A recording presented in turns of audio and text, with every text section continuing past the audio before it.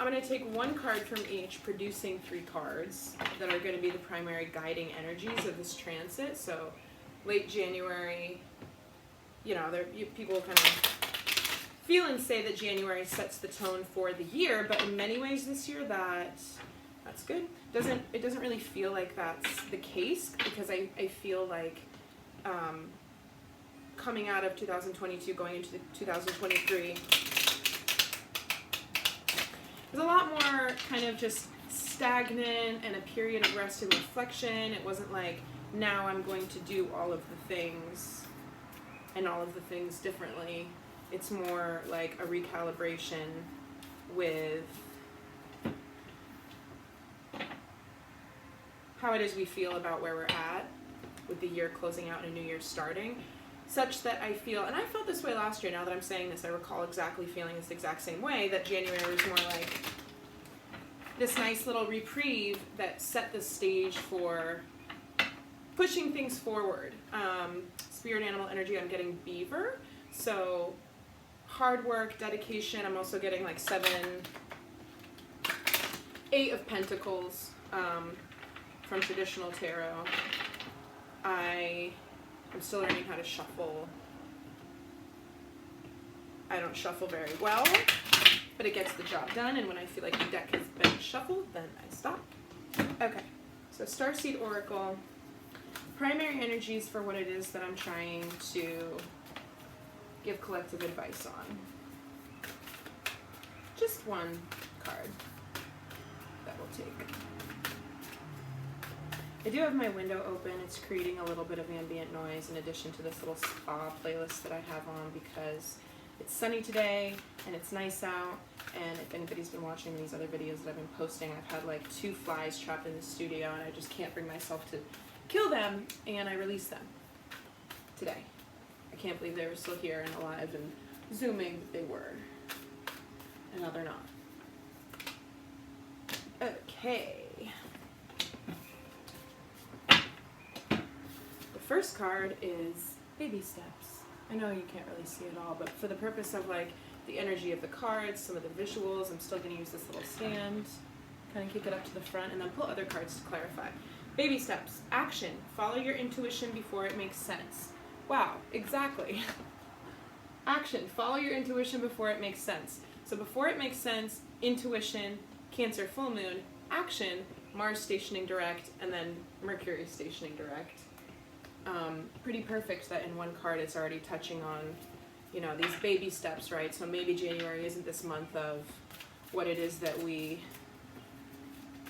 expect it to be, or expect ourselves to behave in the month of January. It's more of a baby steps month. For me, I actually have started several new things, which is this, you know, and some other stuff. When I change one thing in my life, a lot of things change, and I've changed a lot of things. So everything changed. When you move one thing, everything changes around it. But if you move many things, then it's kind of hard to see how things pan out. This is funny because I did another reading for myself earlier and this card came out, but from a different deck. So this is the Page of Wands. This is one of the prettiest decks I own. It is the Prisma Visions Tarot by James R. Eads. The sides are metallic. I love it. And then this is the Psychic Oracle by John Holland.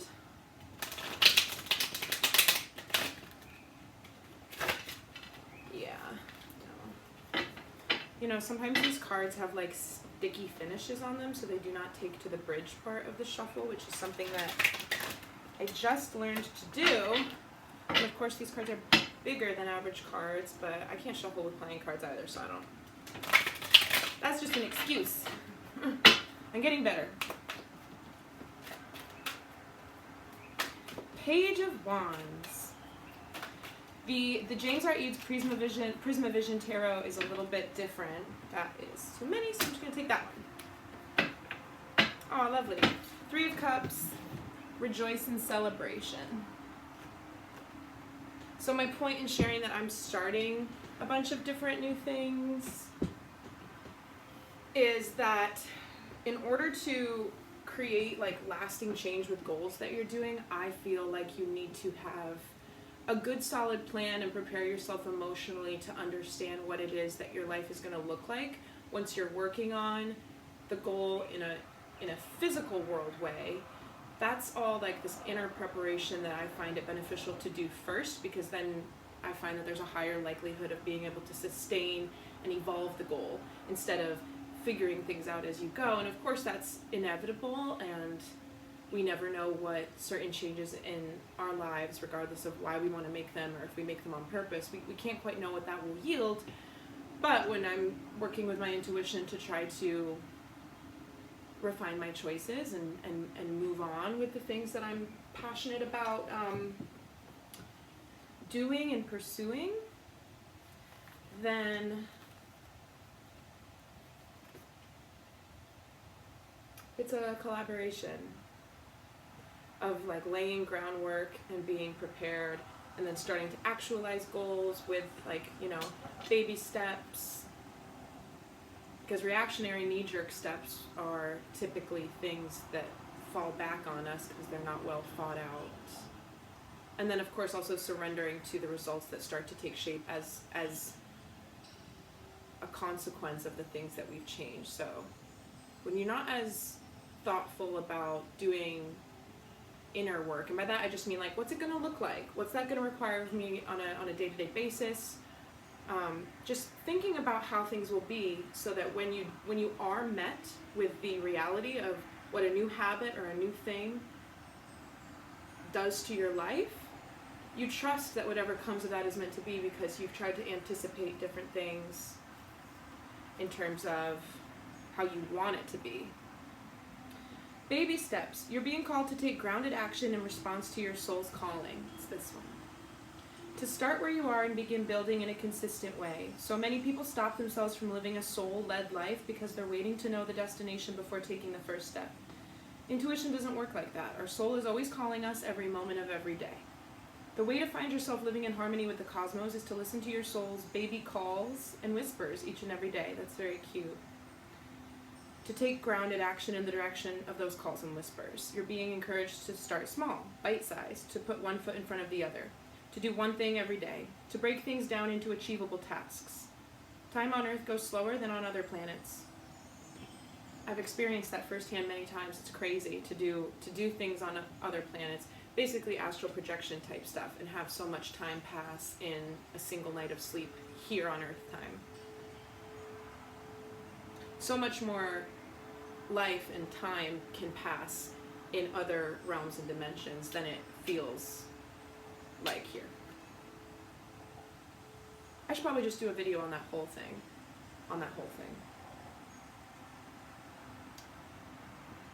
The time going slower on Earth can cause frustration for starseeds, who can expect a faster pace of manifestation and thus give up before the seeds begin to sprout.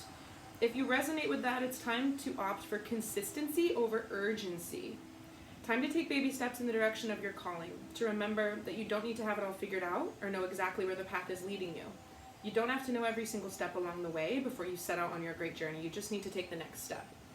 What's one simple baby step you can take in the direction of your soul's calling?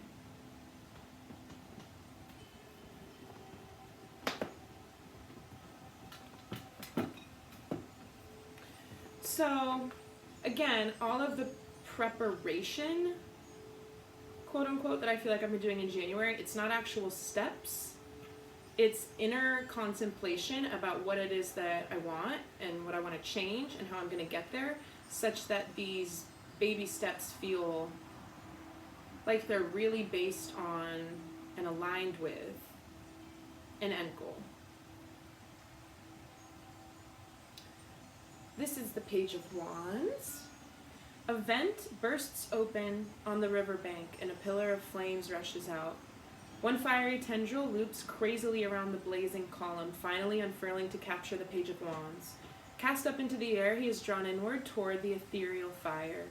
A nubile conduit, he courses with the energy of the inferno. A power kindles in his spirit and he feels the call to begin something magical. When you see the Page of Wands in a reading, you are about... What I like about this deck's little book is that it describes the image in such detail, because the images are very different than traditional major and minor arcana imagery in the tarot deck. You have been struck with some novel or wonderful idea, and you have the naive, unfettered enthusiasm of a child to catalyze it. Take risks like you've never been hurt. That's very hard to do, but everybody's capable of it. Believe wholeheartedly in something. Your divine vibrancy will bring your vision to life. Your courage and passion will see it to completion. So again, that's all about starting something new, and of course Wands is fire energy, so it's about bringing that inner creative sacral chakra energy, orange, creativity, into and infuse it with the vision and the consequent feelings and emotions of what it will be like to reach your goal. And what I like about this time of year is that it doesn't have to be such specific goals. I think people put great pressure on themselves to have something that's really clear, and it's okay to have abstract goals, because that's how you start to experience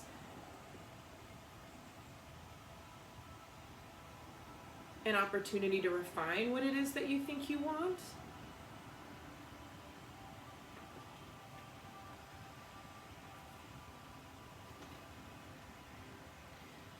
Rejoice in celebration. A time of merriment, celebration, birth, success and victory is at hand. You're doing what you love most and are pursuing your passion.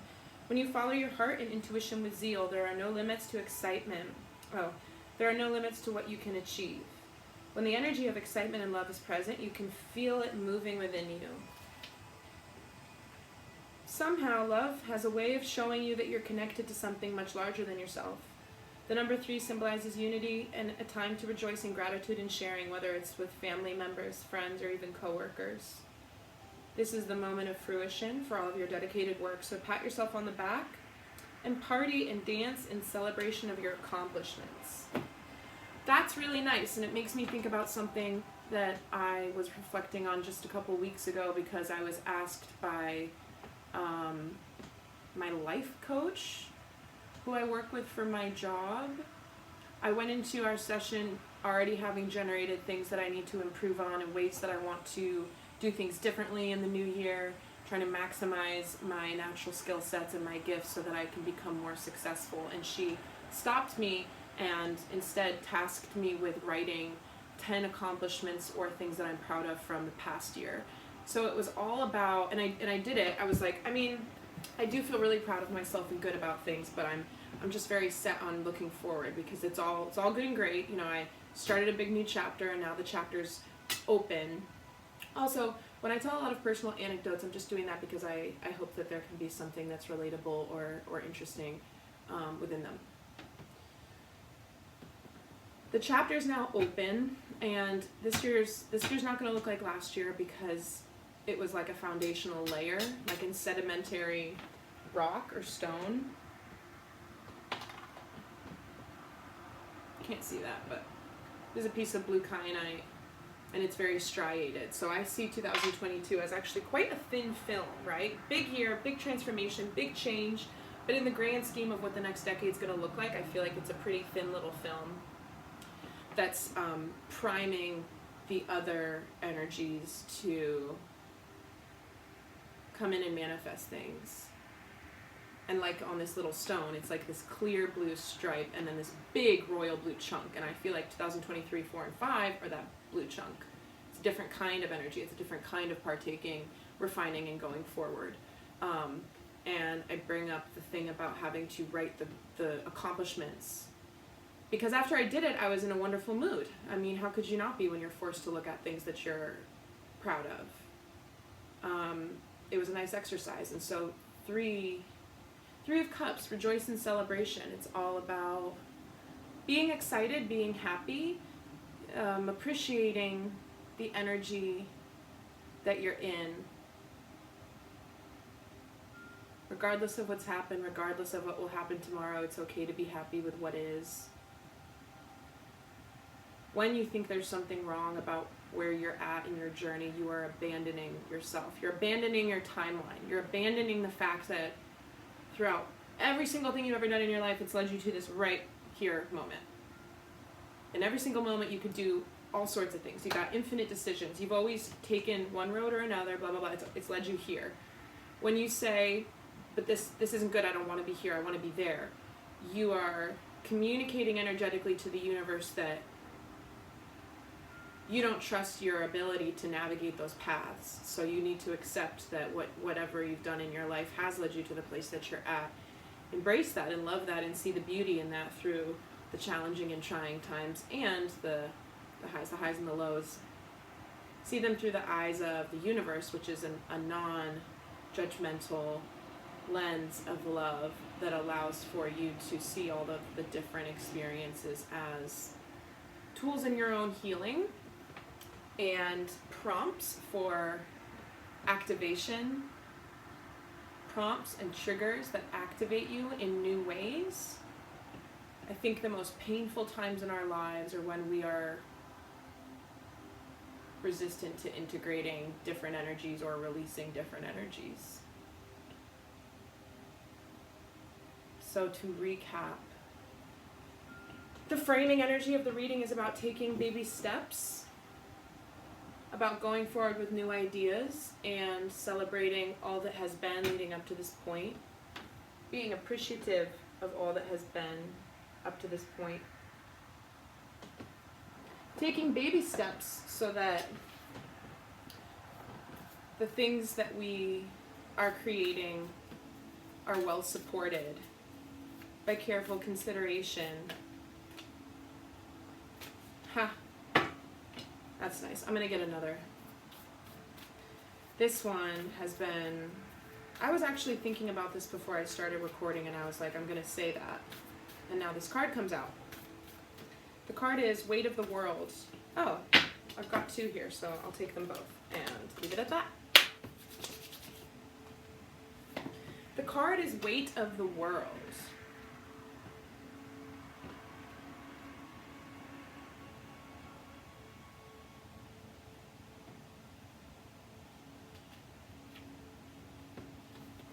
It says boundaries, let it go, it's not yours to carry. So,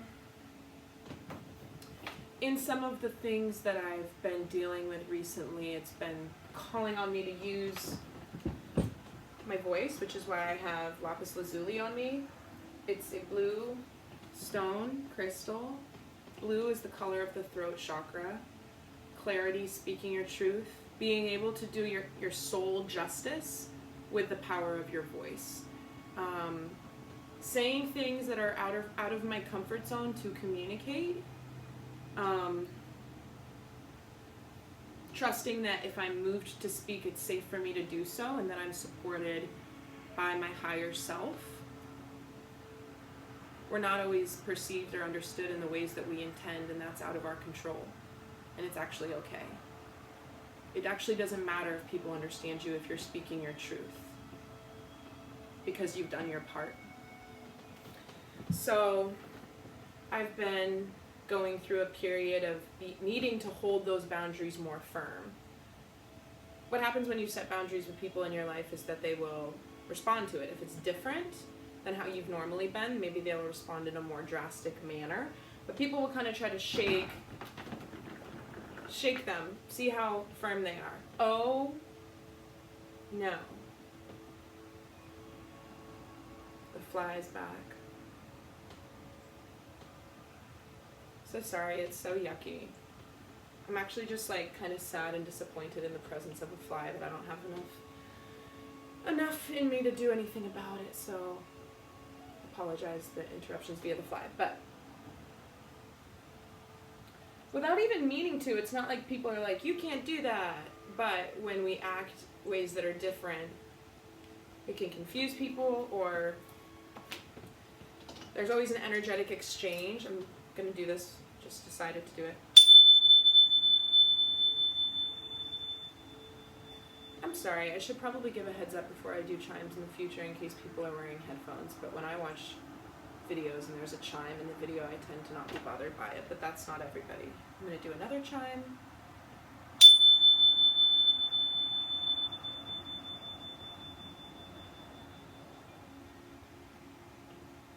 There's always an energetic exchange going on that's more complicated than words, what's being consciously acknowledged or spoken between any two individuals. And so when you change the way that that undercurrent and that unspoken energy is functioning, it's a cause and effect.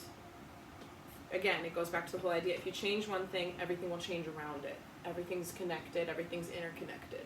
So without even meaning to, sometimes people will kind of shake on those boundaries, because what's happening is that energy is trying to push through in the current that it had traveled its path before. You know, and as water flows through a landscape, it changes it. It can create the deepest of trenches. Energy can do that too. That's why we get stuck in cyclical habits and patterns. That's why you have to wear a retainer when your braces come off, because you have to reinforce new patterns in order to withstand them and see lasting change. So as that energy, and it could be in the form of a person, continues to try to cycle and circle, the new pattern of energy that you've tried to create for yourself, that's boundary. Boundary, you set a boundary, you said no to somebody that you would typically say yes to. You're thinking that you don't like something that you need to start saying no to, whatever it may be. You have to stand firm in that, because that energy is going to try to push through. Those teeth are going to try to move back into place. Energy flows where attention goes. You have to start feeding the new one. So I was thinking about boundaries and that action, reinforcing the new energetic dynamic, regardless if it's interpersonal connections or within your own self, because the deepest trenches are within ourselves, where there's no other mirror, you know, to bounce off of. Because you've always been with yourself, you know, other people in life you haven't been with for your whole life. Everybody has different family situations and stuff, so I'm not going to be like, well, you have with your parents, you know, some people haven't.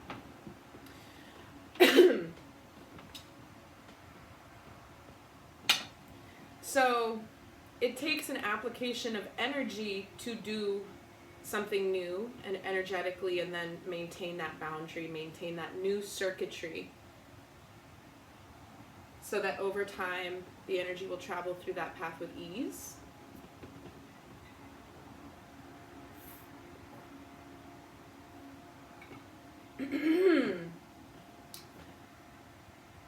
It's not easy to do, because you're going against a force that was already used to the path that it traveled.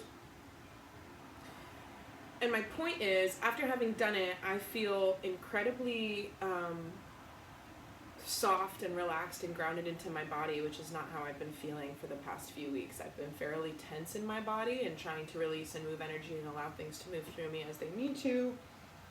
I, as a person who's like incredibly tuned in and empathic, also purge and clear energy for other people a lot. So sometimes I know that the tension is because the collective energies are heightened, and I need to protect myself when I go out, but it's just inevitable because of the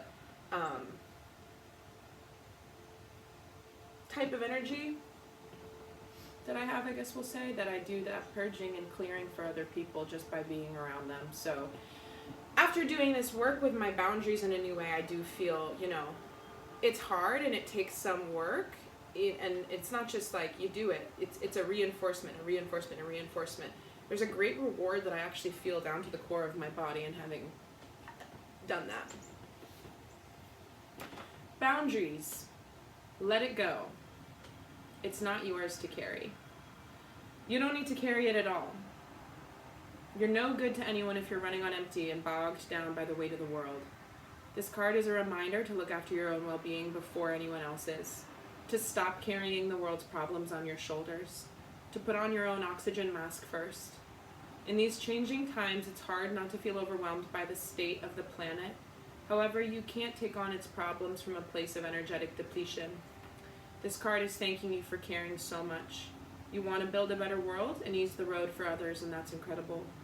But the way you've been doing so is likely unsustainable. This isn't to say you should switch off to the world's problems and become unconscious. Rather, it's a call to establish clear boundaries so you're not constantly taken out energetically. The planet needs you to be healthy, both physically and emotionally. So instead of digesting the news or reaching for your phone as soon as you wake up, show up first to a nourishing practice such as meditation, soul inquiry, deep breathing, or exercising in nature. Once you're in a state of grace and your inner well is full, you can face the day, the state of the world, and care for others. And at the day's end, take an energetic shower by emptying out anything that's not yours to carry. You can pick it up again in the next morning if you so choose, but give yourself time and space to rejuvenate and rest. What are you carrying that isn't even yours?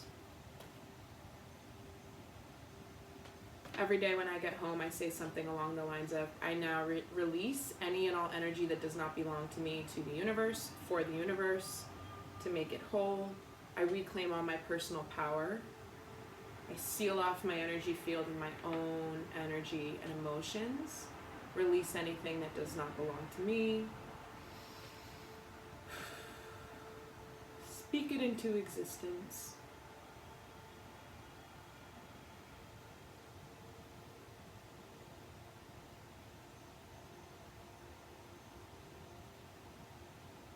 So it's not just about perhaps long-standing burdens or things, ongoing dynamics that you need to create boundaries with or start to rewire the circuitry for, but it is within the course of every individual day too, macro, micro theme coming back in. It's at the end of every day, it's in every interaction, it's the minor and the major.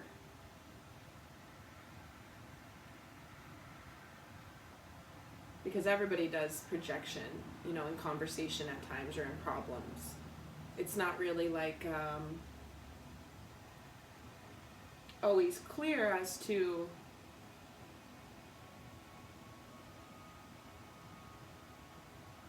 why we do it, but it illuminates unhealed or unintegrated parts of ourselves.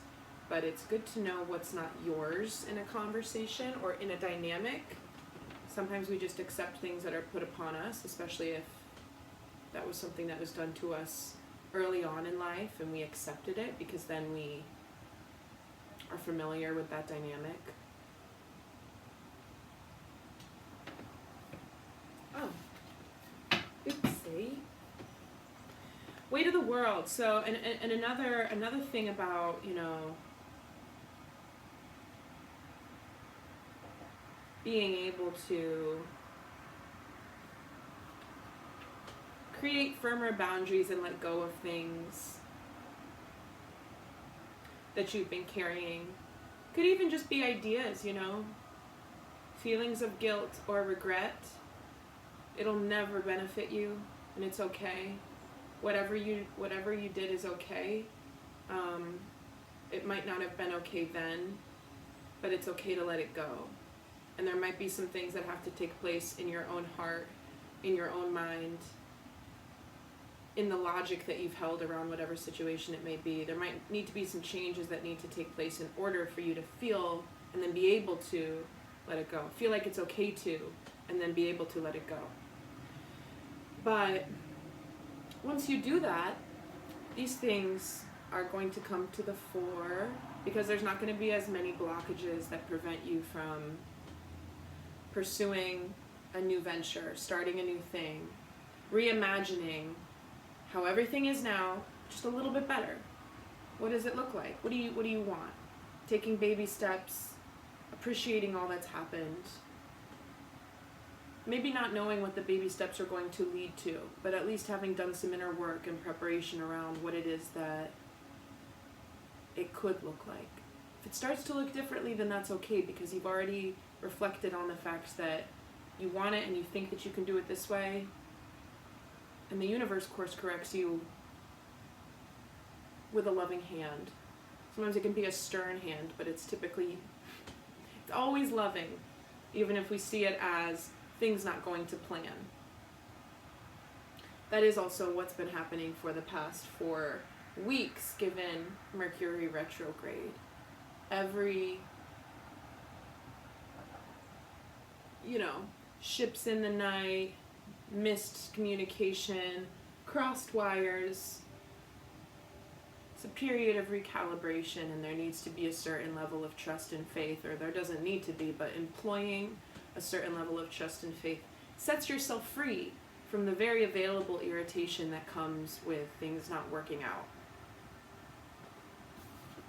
This is just a lovely card. It depicts some beautiful, clear body of water. A man is on this lily pad thing, and this beautiful maiden is watching him.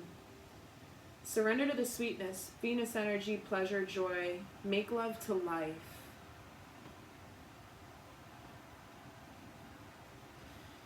Yeah, the illustrations on these cards are really, really beautiful, and how they kind of merge the 3D reality that we live in on Earth and a paradisical beyond. And something that's really amazing for me is that these cards actually trigger memories from my Akashic record in some cases. Like when I first got this deck, I was like, oh my god. What I did is I pulled 3 cards that could frame the energy for the reading and be our focus cards for the other cards clarifying that I was going to pull. The first one is from the Starseed Oracle deck by Rebecca Campbell, and it says Baby Steps. The second one is from the Prisma Visions Tarot by James Eads, and it was the Page of Wands. And then this card is from the Psychic Oracle by John Holland, and it's the 3 of Cups, or in this deck, Rejoice in Celebration. So I'm going to move through these cards, which came out as the dominant energy for the end of January, moving into February and the rest of the year. But before I do that, something that I felt last year that I'm feeling again this year is that January is the month that we think we're supposed to be moving into these new goals and chapters, but it actually is a really nice time to do that in the conceptual realm first. And by that I just mean thinking about what we want to change. If we don't know what we want to change, thinking and reflecting about how things have been, and therefore like, how could it be just even a little bit better? How can we kind of just continue to take this further in our lives, whatever it may be? It could be career, relationship, personal passions, what you'd like to see around you, what you'd like to hear, what you'd like to eat, you know, everything on a day-to-day basis. So this message is for people who identify as conscious creators of their lives, I guess. That's not a role that many people, actually that's not true at all, I don't know why I would say that. I was going to say that many people like to carry because it requires a lot of work, but I think that a lot of people do want that. I don't think people use that language to describe it or think about it, but I think that's really what it is. We want to be able to consciously create our lives and accept that doing that is not necessarily the way that we're told in society and in life to live. It's a different way of living. Laying a lot of conceptual groundwork can help us move forward. Not that we're going to be able to control the outcome or what starts to happen if we have a new goal or a new venture. But what it does is that when we act, you know, we create action steps in the world that we've thought about, the world will react to that. It could be, you know, people reacting. It could be, say I made a picture, I wanted to start drawing a picture. It could be my reaction to my picture. So the after, the energy that ripples around your action, when we see that and we're like, that's not the reaction that I'm going for. It's the groundwork conceptually to the things that we want to start doing prepares us to be able to trust that those ripples that form around our shifted action, our changed behavior, our new venture, are actually part of the process of going along this journey to start creating what it is that you want, experiencing the things you want to experience as a result of changing something. So the first card from the Starseed Oracle, Baby Steps, it says action. Follow your intuition before it makes sense. Baby steps. And I like this a lot because, I mean, I did, there's no proof of this in my video, but I did, unless it's saved to my phone, I did say all of that and then pull these cards after, in the first video. And what was beautiful about that is that action, again, with Mars stationing direct, and then follow your intuition before it makes sense. So that's pulling back to the Cancer full moon, you know, using that intuition, trusting that that's where the conceptual groundwork is formed within your mind, within your soul. It's like, how do I want to feel? What's it actually going to look like? You know, January for me, 2023, is a lot about sinking into the preparation that we need to do before we start a new venture, and that comes from intuition. But then action is that Mars stationing direct. And then Mercury on the 18th stationing direct. It's like, there is going to be this really beautiful natural, it was a full moon at Mars and Mercury thing that starts to guide us naturally into, okay, now from being in your mind, in your soul seat, in your intuition, to the world. How can we just tease and pull and transfer from here to here, into motion, into movement? In the first video I also referenced groundwork and sedimentary stone, like one little layer. 2022 to me was one thin layer of film. A new chapter, perhaps, a new venture, a new time. The chapter is open now, and I think what we'll realize in 4 years' time is that it was a thinner layer of, a thin but very necessary foundational layer, thinner than we thought. I think, and then on the stone, there's this, you know, thin blue line, and then this chunk of royal blue. It's darker, it's richer, it's deeper, it's larger, it's thicker. 2023, 4, and 5, I believe, are the blue chunk. So whatever has been for the last year happened so that we can enter this period. And going into this period, whatever that means for you, whatever it is that you're working on, wherever you are in the world, with yourself, in relation to the others in your life, it's a time to be able to create and start new things and take stock.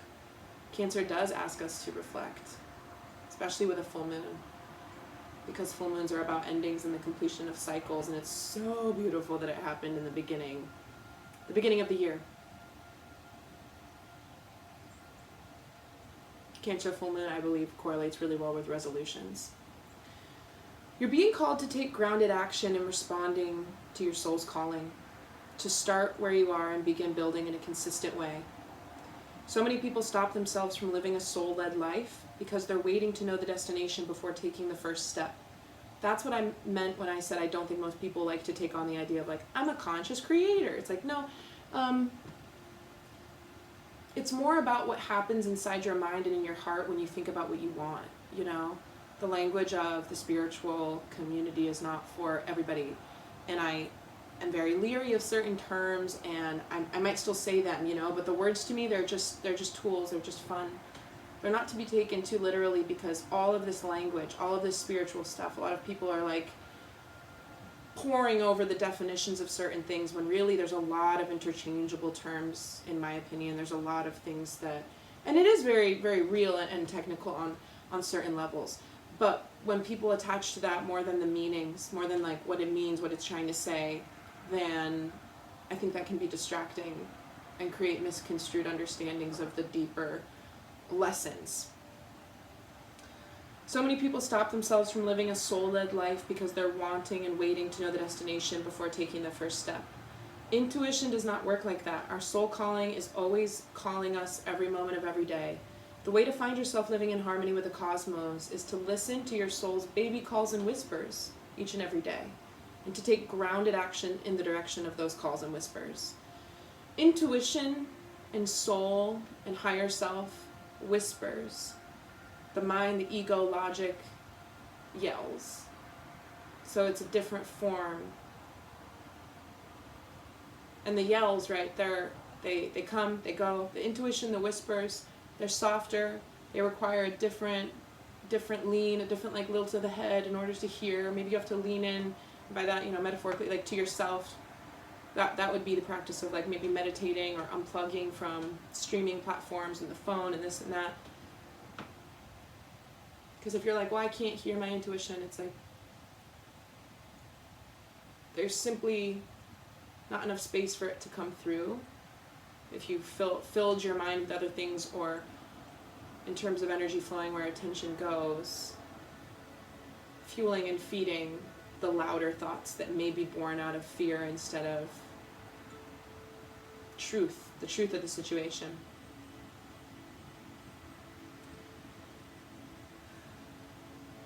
You're being guided to take grounded action in the direction of those calls and whispers. You're being encouraged to start small and bite-sized, to put one foot in front of the other, to do one thing every day, to break things down into achievable tasks. Time on Earth goes slower than on other planets. This may cause frustration for starseeds, who can expect the faster pace of manifestation and thus give up before the seeds begin to sprout. If you resonate with that, it's time to opt for consistency over urgency. Time to take baby steps in the direction of your calling. To remember that you don't need to have it all figured out or know exactly where the path is leading you. You don't have to know where every single step of the journey is going to take you. You just need to take the next step. What is one simple step that you can take in the direction of your soul's calling? And in terms of soul's calling, for anybody, for somebody, it could just mean that goal, that thing you want to change. Because the soul's calling is infinite. It's just, what do you want? Who do you want to be? How do you want to show up in the world? So, if that language doesn't resonate with you, then I would say just to apply it in whatever situation makes sense to think about. Career related, relationship related, personal goals and dreams related, health related. The next card that came out was the Page of Wands. The thing I love about the Prisma Visions Oracle deck is that it describes in detail the image, because the major and minor arcana in this deck are different visually than the traditional tarot, and kind of take the traditional meanings to a new and altered level, which is why I chose to use this deck. A vent bursts open on the riverbank, and a pillar of flame rushes out. One fiery tendril loops crazily around the blazing column, finally unfurling to capture the Page of Wands. Cast up into the air, he is drawn inward toward the ethereal fire. A nubile conduit, he courses with the energy of the inferno. A power kindles in his spirit, and he feels the call to begin something magical. When you see the Page of Wands in a reading, you are about to set out on a journey of the mind. You have been struck with some novel or wonderful idea, and you have the naive, unfettered enthusiasm of a child to catalyze it. Take risks like you've never been hurt. Believe wholeheartedly in something. Your divine vibrancy will bring your vision to life. Your courage and passion will see it to completion. So the wands being the element of fire, it's all about that creative, sacral chakra energy, orange. Page, page is an immature, youthful energy too. So it's bringing that element of childlike wonder and innocence to new ventures without the eyes of cynicism, without the calloused heart. It said, take risks like you've never been hurt. Very hard for people to do that. Very hard for people to do that, but it's about, well, I already know how this reading goes a little bit, so I will circle back to what I was going to say in a couple minutes.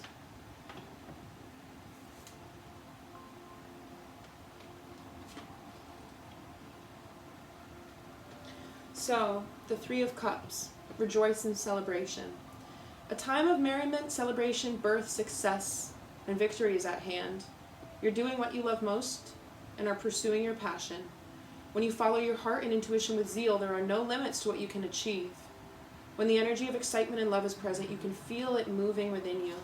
Somehow, love has a way of showing you that you're connected to something much larger than yourself. The number 3 symbolizes unity and a time to rejoice in gratitude, in sharing. And whether it's with family members, friends, or even co-workers, this is the moment of fruition for all your dedicated work. So pat yourself on the back and party and dance in celebration of your accomplishments. So I feel as if this is the energy that's available for just being like, I'm going to start something. The thing about January is that when people make resolutions and you tell people about them, we can kind of fool ourselves into having the gratification of already having done the thing, and that's why people tend to burn out and give up on new goals. And there's like the whole, people, the gyms all blow up and get real crazy, and then they kind of fizzle out. But when you can celebrate exactly what you've accomplished thus far, and celebrate in the idea of having a new goal or venture, and then harness the energy of baby steps from an intuitive place, approaching things with a childlike sense of wonder, it's a good recipe for sustained growth and actually being able to be receptive to the way that the plan might go that's going to differ from your expectations. An exercise that my life coach for work had me complete was creating a list of 10 accomplishments and things that I'm proud of from the past year. And it was very, very useful because I came into that session with a list of things that I wanted to change, ways that I wanted to improve, things that I'm wanting to do differently based on how I've been. And I was looking for feedback so that we could talk about how I can employ my natural gifts and my skill set in a way to help me become more successful.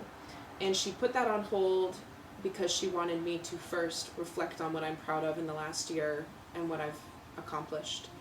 And it put me, of course, in a good mood, and I understood the exercise because it's Three of Cups. It's rejoicing in all that's been, and when you are accepting of what you've done in life, regardless if it's good or bad or made you happy or not, or to not accept what's happened in your life, and as a result where you are, is to abandon your own timeline, and we need to be able to accept and allow where we are based on what we've done and who we've been in order to get anywhere else. If you abandon yourself because you judge yourself for being in whatever position you're in, then it's going to be very, very hard to move forward. That's why the Page of Wands energy is here.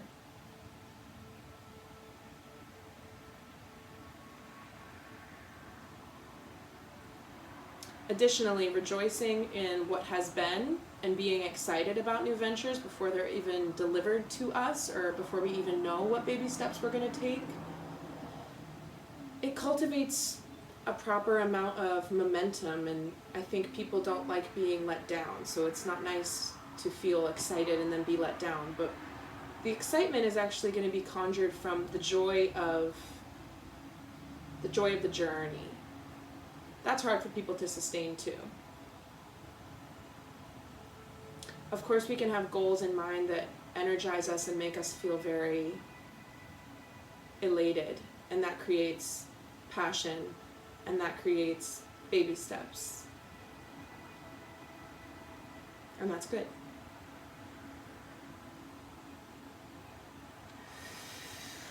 And so, what I did was pull 2 more cards from the Starseed Oracle to clarify that energy.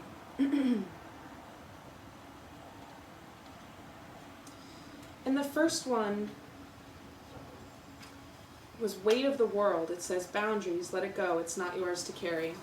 Weight of the world. So I've been doing a little bit more intentional boundary setting lately because I've been called to do it, because my life is feeling, looking, acting a certain way, and I've needed to honor myself and my truth, and what that has looked like, what that's needed to be, has involved more boundaries that I'm used to setting. Things that I wouldn't typically say that are out of my comfort zone, but that's why I've got my lapis lazuli here. I'm working on my throat chakra right now and releasing blocks so that I can speak with clarity and trust that if I'm moved to speak, what I'm moved to say is aligned with truth. When you honor your truth and you speak your truth, and you can unblock your throat chakra, it actually doesn't matter if another person understands you, because speaking your truth is for you.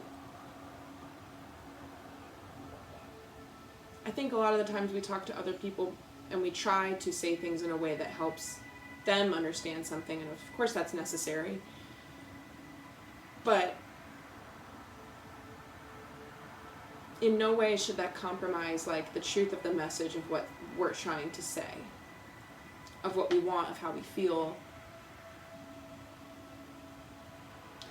So before I go into the Starseed Oracle book, in terms of the weight of the world, this boundaries card, let it go, it's not yours to carry. I gave an analogy before in my video that's long gone about circuitry, things running in a current, water running through a landscape can create very deep trenches, right? These are dynamics between people. They can be internal cycles in our minds. We're very patternistic creatures. We're very habitual creatures, routine. Patterns don't have to be habits. They can be really unseen. They can go completely unrealized. They can be very unconscious. So sometimes with boundary setting, whether it's a new boundary with yourself, whether it's a new boundary with somebody else, whether you set it like verbally and real, or if your behavior, a change in your behavior is the setting of that boundary. What happens if there's been a pattern of energy? Say it's two people, right? So these two energies dance in the same way, and that's become ingrained. They're almost on autopilot doing it because that's how it's been going. And then there's a change in one of the participants. That other energy, without even trying to, will shake the other new circuit, new pattern, new energy, the boundary. They'll shake on your boundary in an attempt to continue to flow the energy, because every interaction, every exchange with yourself, with others, with any other person, whether it's somebody that you know very intimately or somebody that you see at the gas station, there's always a subtext energetically to those exchanges.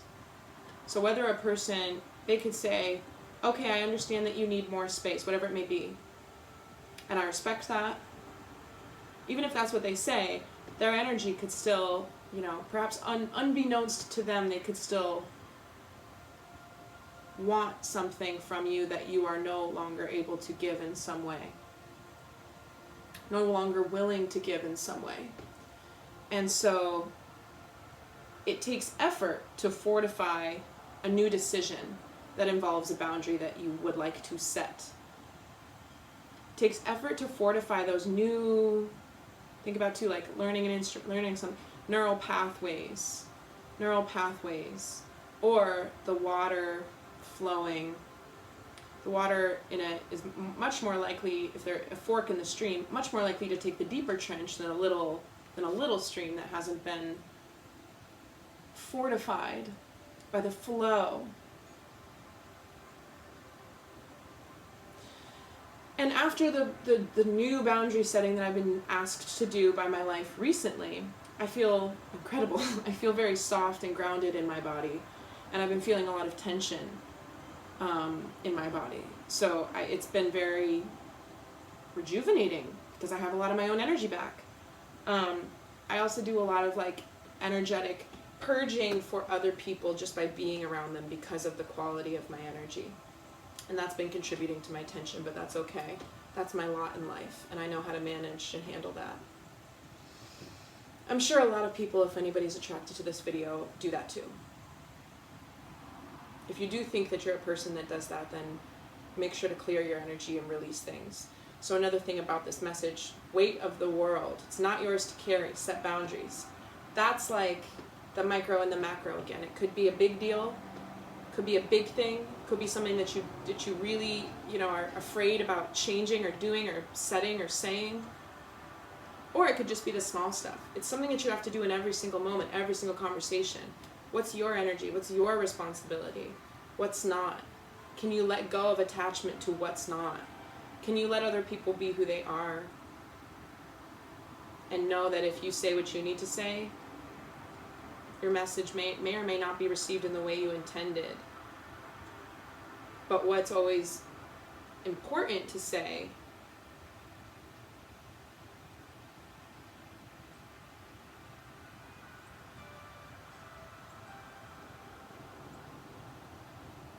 is what should be said.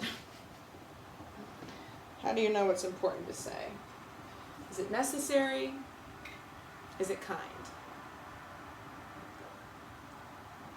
No, that's a quote by Buddha or something. Is it this? Is this? Is it?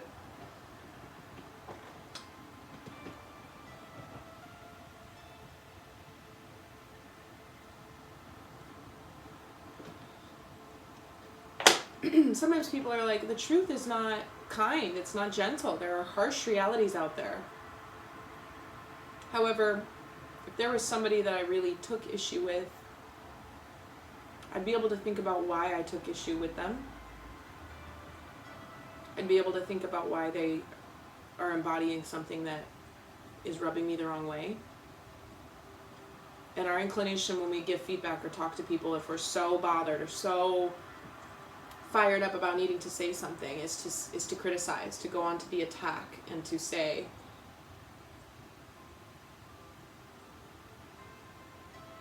you constantly interrupt me. You do this.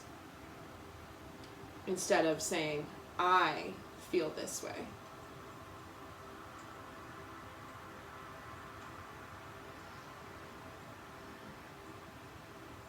Okay, so weight of the world, boundaries, let it go. It's not yours to carry.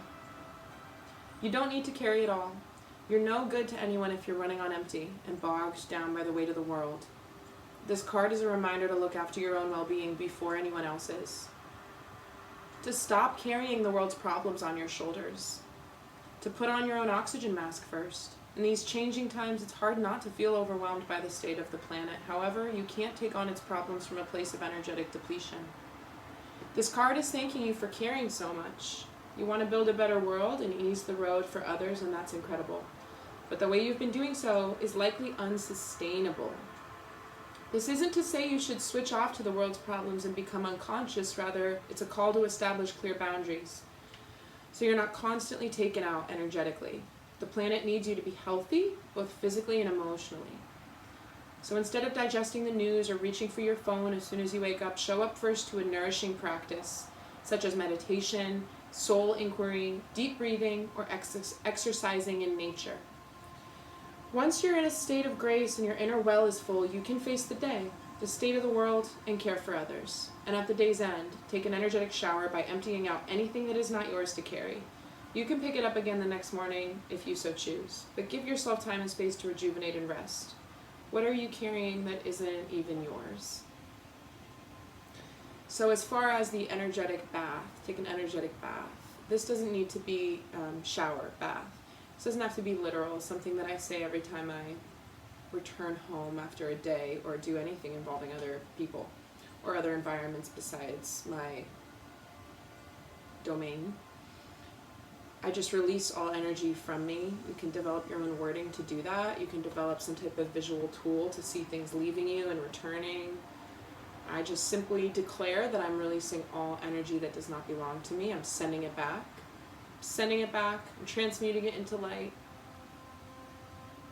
Transmuting it into light. It doesn't need to go back to the sender necessarily. I just don't want it.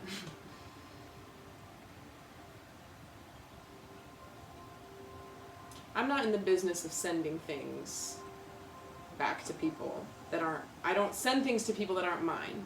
The energy that I send is well-intentioned and it's infused with the higher dimensional love, like high frequency. That's why I send people energy. If somebody's energy is attached to me, I'm not necessarily going to send it back to them. I'm going to release it. Return to sender is kind of a vengeful thing in some cases. Of course, it's their energy. But when you release it from yourself, the karmic wheel, again, it's about knowing the boundaries, releasing, knowing the boundaries, letting it go. It's not mine. So if it goes back to them, if it goes into the light, transmutes away into something that's not affecting either party. The point is, letting go and setting boundaries is all about the larger picture of your life, the most dominant relationships in your life, and first and foremost the relationship with yourself, but it's also about every fleeting or passing moment and interaction, and at the end of the day, releasing from that batch, that group of interactions, which is, a day.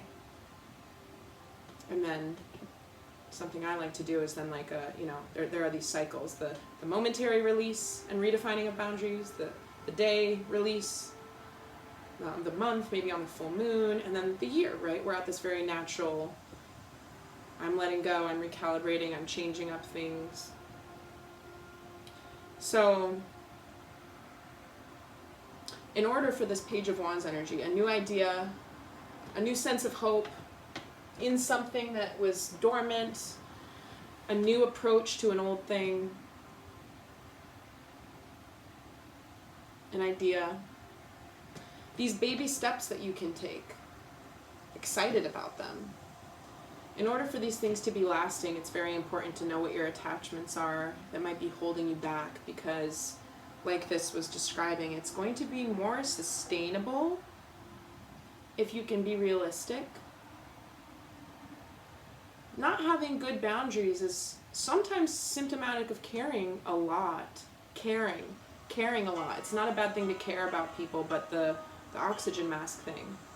To care and not have anything to be able to do about that care is actually making things worse when you infuse an anxiety, a helplessness, a restlessness into another situation. There's a lot of really like desperate energy that is deeply well-intentioned when it comes to issues of the world or issues that are going on with other people, but they don't have the desired effect. Those energies don't help.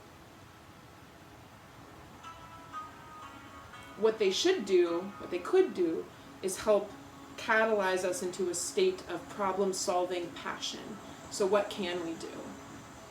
I sometimes experience a lot of people will feel like it's almost necessary to be like, isn't that sad? Isn't that devastating? Did you hear about that? Can you believe that? It's like, it's our job to give like this homage to these things instead of talking about a world that would make those things, you know, I'm talking super vaguely on purpose, but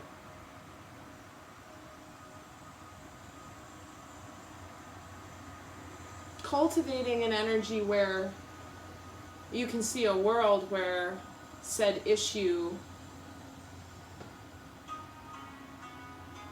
was different than it is.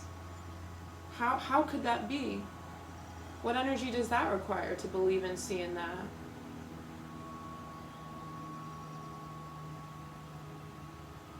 So it is for ourselves on the personal level. We have to be able to acknowledge our attachments, where our boundaries with ourselves, with others, with you know, work-life balance, whatever, where it's not healthy.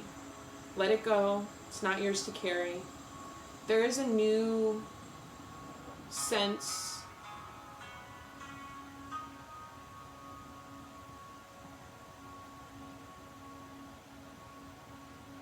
of like recategorization.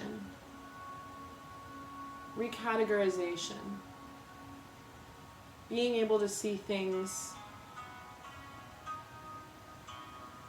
in life as very deeply connected, the different domains of our lives as being very connected, so that the whole picture, there might be attachments that underlie all of them. There may be patterns with the self that impact every single thing. So we're being asked to look very honestly at what we might be doing, how we might be spending our time, and our very precious thoughts, how we might be using these very precious thoughts that we can conjure and put out. We can say them, we can hold on to them, we can release them. How can we use that creative energy to narrow the scope from what we think about to what's really within our control in a way that can really empower us and energize us to be able to have sustainable change that brings insight, excitement, and victory and joy. Here we have Surrender to the Sweetness. This was the second clarifying card from the Starseed Oracle.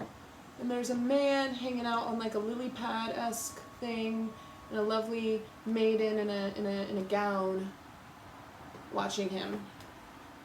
It's Venus energy, pleasure, joy, make love to life. It's nice. Nice thought. I'm trying to position so that it doesn't have a glare. This is a sensual, highly feminine card. It's a call to surrender to the sweetness of life, to let the ever-abundant feminine take over, to taste the fruits you've been working so hard to grow, to let your senses take over and really drink in your life with wonder, to get intoxicated on the simple bounty that this planet has to offer and which you have within you when your well is full. The ancient Babylonians connected to the feminine goddess Ishtar, to the planet Venus. And in Roman mythology, Venus was the god of love and beauty, goddess of love and beauty. In our night sky, aside from the moon, Venus shines the brightest. Time is our most precious resource, and it's the greatest healer. If you've been all work and no play, this is a sign to take some time out. To reconnect with your lover, to play with your children, and give yourself the luxury of time without an agenda. Many of us are so busy building our lives that we forget to enjoy them. We forget why we decided to build them in the first place. Disconnection from the sweetness causes more pain than we realize, so many of us walk into soulless buildings 5 days a week in the name of survival. We strive to build the life of our dreams, but drive ourselves to exhaustion. This card is wooing you back into the pleasures of being human, to focus on what really matters and enjoy your incredible life. How can you surrender to the sweetness of life? What's one way you can enjoy your life a little bit more? And that also just kind of brings back this idea of enjoying, it's a little Three of Cups energy too. It's just rejoice. It's having to write a list of 10 things that you're proud of before you go into the list of things you want to change. Both and. Yes, and. You can want to change and you can be proud at the same time. It's okay.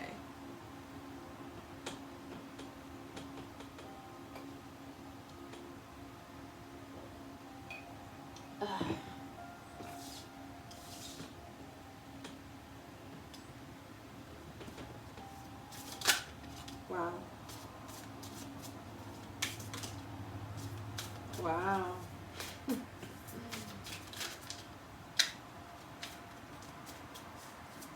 We got swords on the table. One more, please.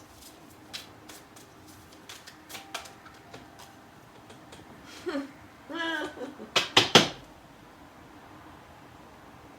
goodness, okay. We have the Seven of Swords,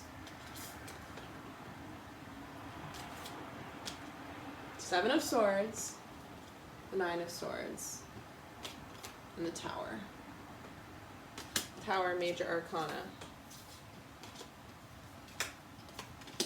Seven and Nine of Swords. So what I'm getting immediately is about resistance energy to change. And sometimes I feel, or maybe not sometimes because I don't know the last time that this happened this way, but Cancer, full moon, feminine, receptive, intuition, and then Mars direct, more masculine, blah, blah, blah. Mercury is retrograde in Capricorn, that's going to be direct. So this thing, this passage, energetically, that we're moving through, could have brought up some energy that a lot of people aren't familiar with or know how to deal with, or if they're not at all interested in this type of language. I still believe the energy affects them just the same. I don't think that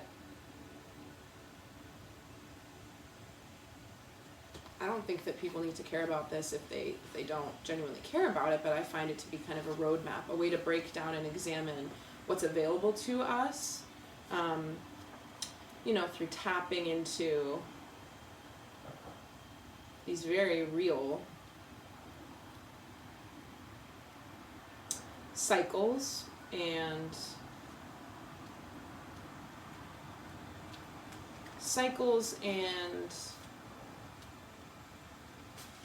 movements that happen beyond our control, that move us.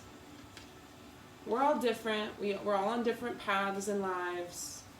A car on a train track, there can only be one in one spot. That one spot's unique, and that one car is the only car on that spot. All the other cars are on different parts of the track, but they're all whirring around, and if there's some music playing in the background, they all hear it.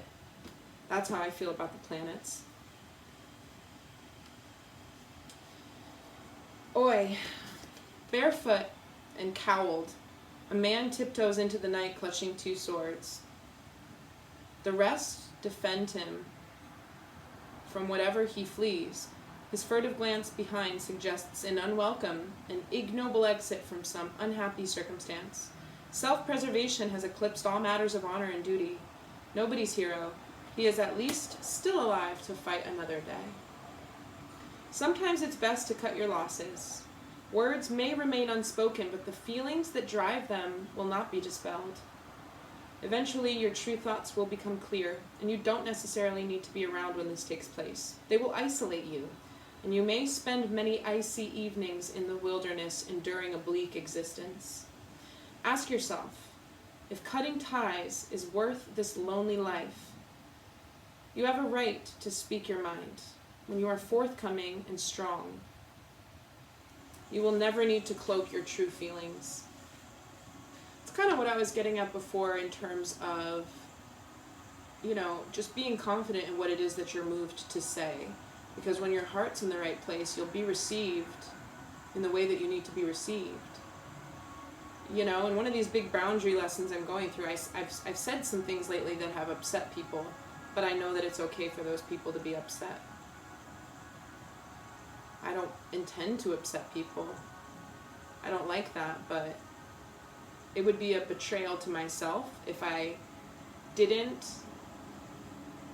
express my throat chakra and my truth so that they could remain not upset. And that's very hard for people. A lot of people have blocked throat chakras. It's been very hard for me.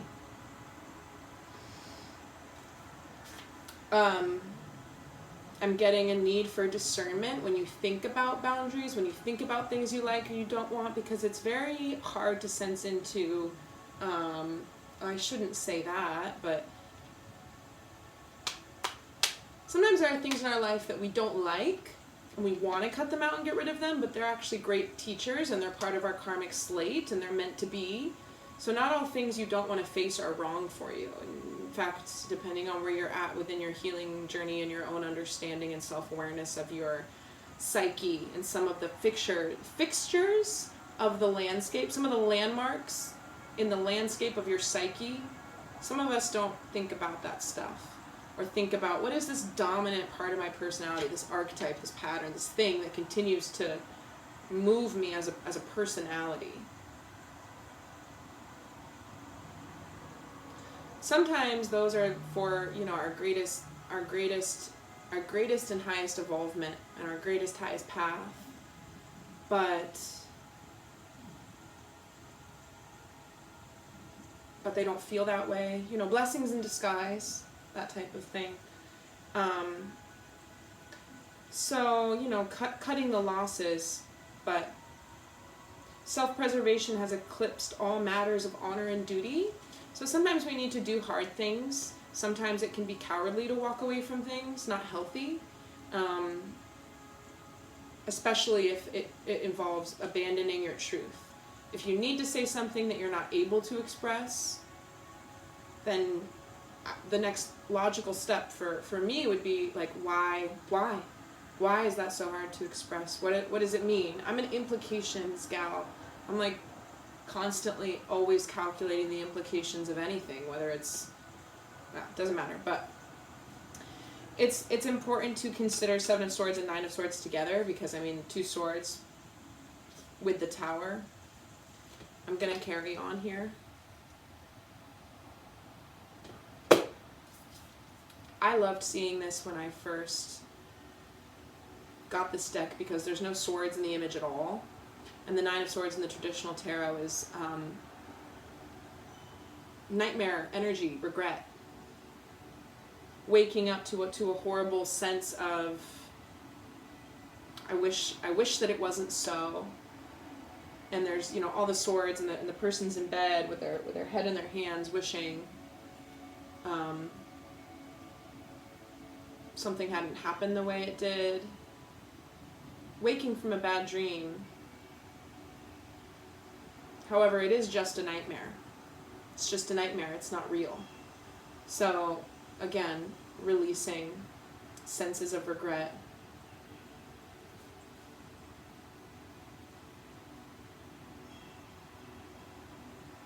There's no swords on the card. It's just this large bird winged bird with big fangs coming down to bare its teeth at this boy. Totally awestruck by the massive beast bearing down on him, a boy gazes up at his oncoming doom. Mouth agape, he makes no move to defend himself, and the fey swan opens its jaws in preparation for a bloody coup de grace. A cruel card, the Nine of Swords depicts sorrow so great it leaves the martyr numb to the onslaught of forthcoming pain. Fear cripples any riposte, a word I don't know, leaving him vulnerable to a swift destruction. But take heed from his paralysis. Though the situation is grave, it is his passivity that ensures his ruin. If you find yourself overwhelmed by hopelessness and despair, don't respond like this hapless figure. Face your fears with valor and dignity, trusting that your enemy will be overcome. That ties into what I was saying about speak your truth regardless of the effects, you know? Never intending to be cruel. It's not like, I don't care what happens if I do this. It's like, of course you care. But everything's connected. You care about yourself and the movement of your own energy and what you're guided and moved to do.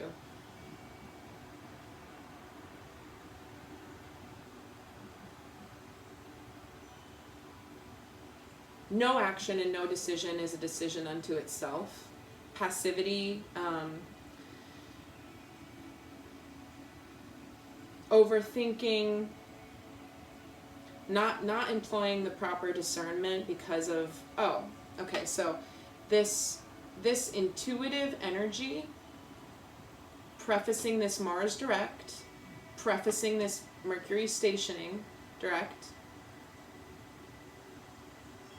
Perhaps for some people along their path right now, there's things that are hard pills to swallow, things that we don't want to look at.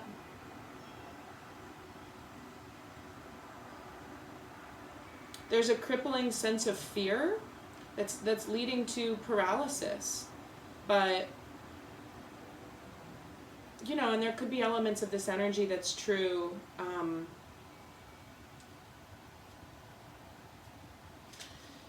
At the same time. So it could be true that there's a new idea or a new venture, and then there could be the insecurity of naysaying thoughts in the mind that prevent this excited, victorious, passion to engender, to create the baby steps that would need to happen. The Nine of Swords is inactivity and regret because there's challenge, there's something fearful in the way. But again, with the illusory aspect, if it was just a dream, if it was just a nightmare, something can be incredibly horrifying in a dream, but you can still wake up from it and have been essentially unscathed by everything you perceived to be impossible to overcome.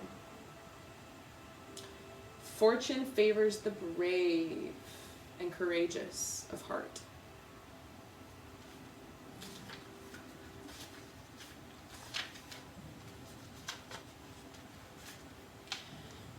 There's a house that sits on the cliff of the bay. In 100 years, it hasn't aged a day. Undoubtedly built on solid ground, the relentless wind and sea have slowly eroded the bluff underneath. Now a single misplaced breath of wind could send the tree toppling into the water and the grand old house along with it. Blissfully unaware, the occupants revel in one final illumined hurrah. Mere moments before the ultimate tumble.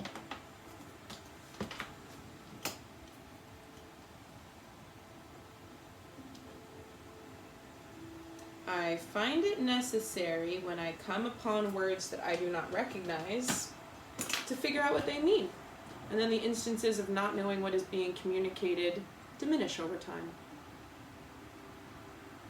The Tower suggests a sudden and unwelcome change after mindless self-absorption.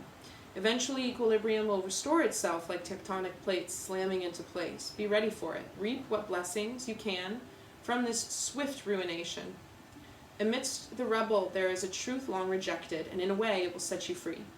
You have a chance to start anew on firmer ground.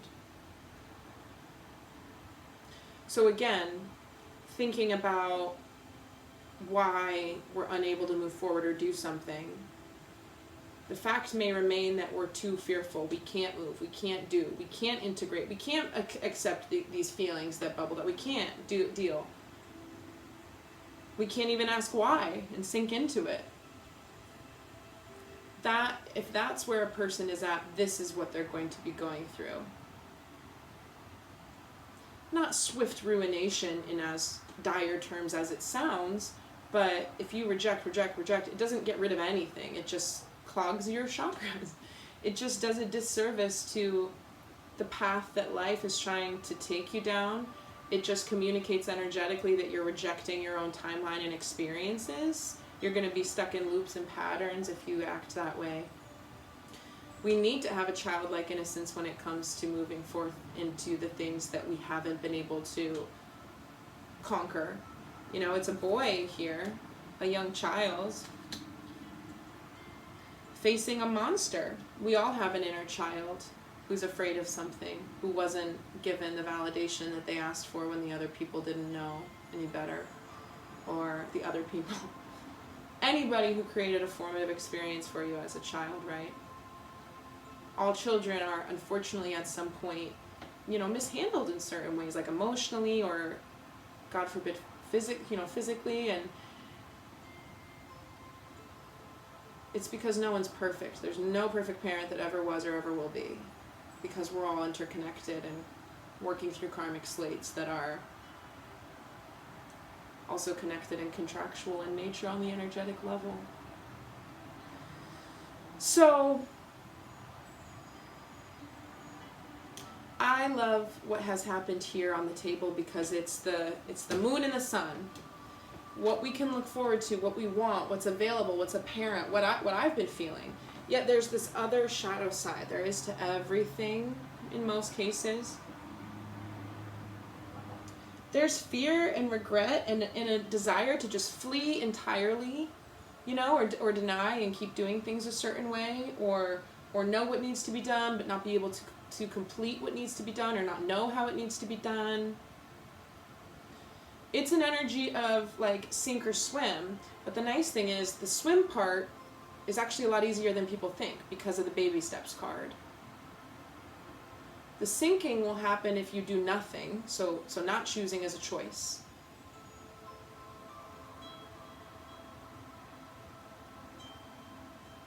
And in the middle, before we drew the second three, we had weight of the world and surrender to the sweetness.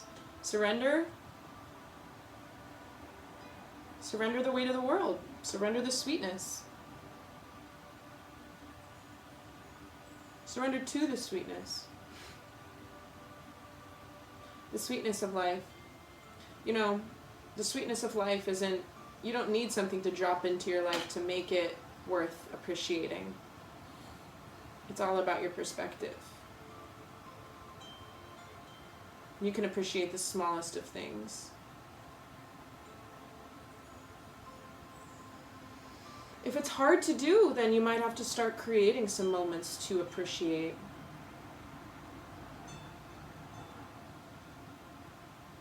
I think it was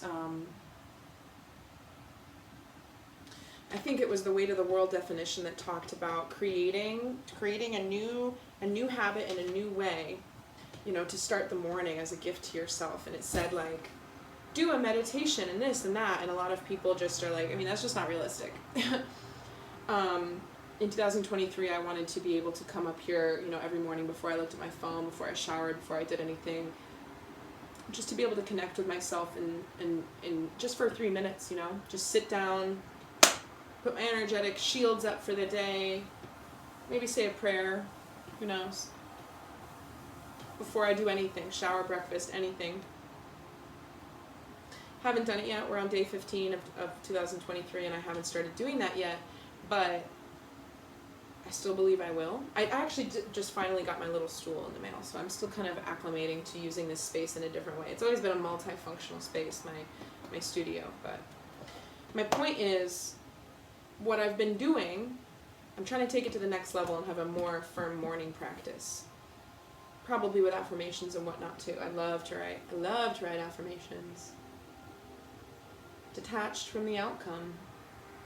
You know, the issue with the affirmations that people do is like, you have to do it 3 times a day for 21 days. You don't have to do anything at all. You just have to believe in what you want and trust and just kind of dedicate yourself. Like, I write them because I like to zone out in a channeled way and let the appreciation of the fact that I even have the power and the mind and the creativity to conjure these things that I want in my life. I like that. Your brain doesn't know the difference when you sink into that energy of loving it. When you're like, oh, I have to do, you're in an energy of obligation and fear of not getting what you want if you don't do something. It is done. I have a perfect segue into a passage that I wrote the other day. I think I actually took a video of reading it, but I'm going to read it again because it's relevant. It is done. It is done. What you want is already done. This goes into my flashlight analogy with the bulb too.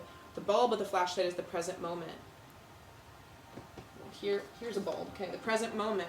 It's the brightest. It's the most hot. It's the most potent. That's where the energy always is. What comes off of it, the projection, the light, this is the future, you know? So if the bulb is enriched with, if there was a film over the purple, right, or blue, the future would be blue. Whatever you feel or do in the present moment, that's how it's projecting. But the thing is, people waffle so much in the present moment because we are very invested in our emotions and take them as fact, or we completely shut down our emotions over the course of our lives and we learn that it's not safe to feel and be and express. Lots of different ways why a lot of people don't consciously create their lives or collaborate with the present moment in that really juicy, delicious, surrender to the sweetness type of way.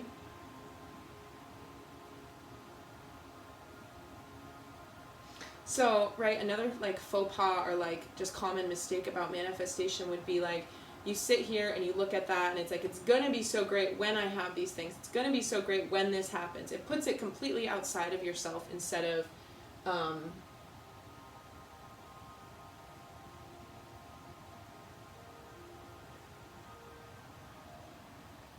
releasing any expectation that it will happen. Because when you have expectation of when it will happen, you also subconsciously or consciously create a very firm expectation of how it's going to happen, when it's going to happen, what you're going to do and how you're going to feel. And that's it's like really, it can be, it's like it's a delicate balance, because that is important to do. But if you think that the beams in here, that the path to getting up to this open future space, and I like this too because it's like expansive, right? To this future space, if it's going to look and feel a certain way, then you become attached to and think that something's not happening if it doesn't go that way. And no room is left over for the magical, intricate universe and the energy that facilitates miracles to act. If you don't have any room for that unknown element, the secret ingredient, as it were, which is just divine intervention and the universe playing out in all of the ways that it's destined to do so, beyond our ability to even comprehend, predict, or fathom. If you don't leave any room for that magic, then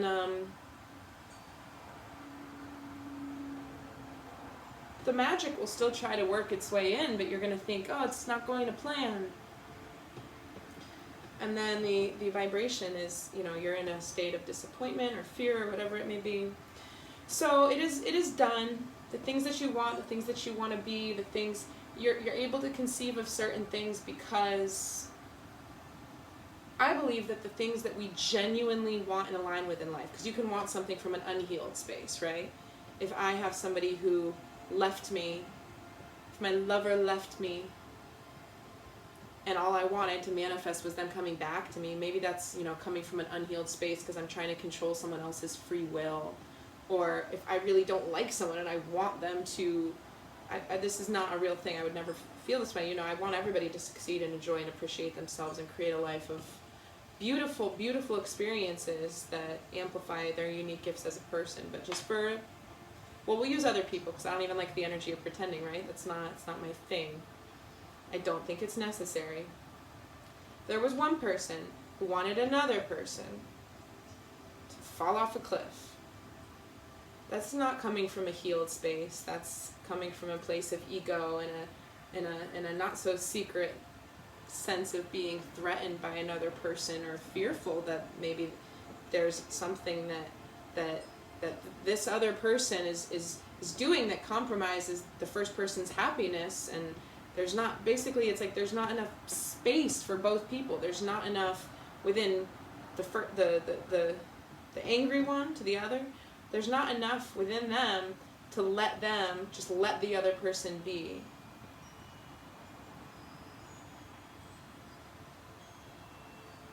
Live and let live.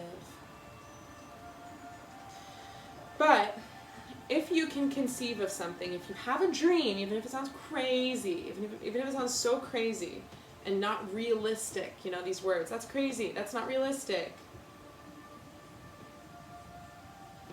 You can still dream about it. It's realistic in your mind because you can think about it. You can conceive of something.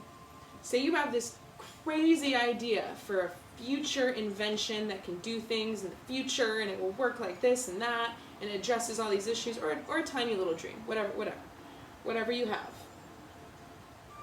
It's already real by nature of the fact that you can kind of articulate it and be like, there would be that, there would be that, there would be that. It would do like this. It would do all these different things. You sink into that even more and like tease the details out of it, because that's creating. When you ask yourself, you know, if I were to immerse myself into an augmented virtual reality of that dream, where would the holes be? You know, what parts wouldn't be rendered? How can I render them in my mind? That's a fun thing. You know, everybody in my generation like grew up playing Sims and likes it, likes world building. You're always world building your future. Every single individual and energy is world building the future. That's why the world is so crazy right now. We're experiencing our own collective manifestation, and there's a lot of different energies at play. So if you can conceive of something, you know, I've always liked this, and I hope this point can really like uplift and inspire at least one person, because that would be nice, because it's like one of the greatest gifts that I've been given in my life is like, your mind is your own playground and play space, and it's a wonderful place to be, and its capacities are just immensely beautiful. And you can, even if you don't have, you know, what it takes to make that beautiful invention dream world come true, you can always add to it in your mind. You can always create a vision of it on paper. That's up to you. Like, it's so simple and exquisite because can never be taken away from you. It's absolutely free. It's almost a playful activity, but its implications, doing that, engaging on that level with yourself and your own mind and your dreams and what you want and what could be in the world, it actually creates, it's almost like when you work out and your metabolism's higher for the next 24 hours, right? You'd be more likely to burn more calories if you had exercised because of metabolism. I don't know how it works, but whatever. That's a thing. So if you can do that for fun, then you're going to be a little more, you know, optimistic and creative and free-flowing and tapped into that space. You know, the mind isn't just for one thing. You know, there's this whole creative playground that's available to us that we can employ for a bunch of different reasons, which is what I've talked about in other videos before, where I have like different, almost like monitors, different screens, different areas, different things that, whatever it may be. It's just been an interesting and very slow process of kind of compartmentalizing and doing that for myself. But yeah. So if you can conceive of something, then you can at least bring it to life in your own mind to the extent that you want it to be realized.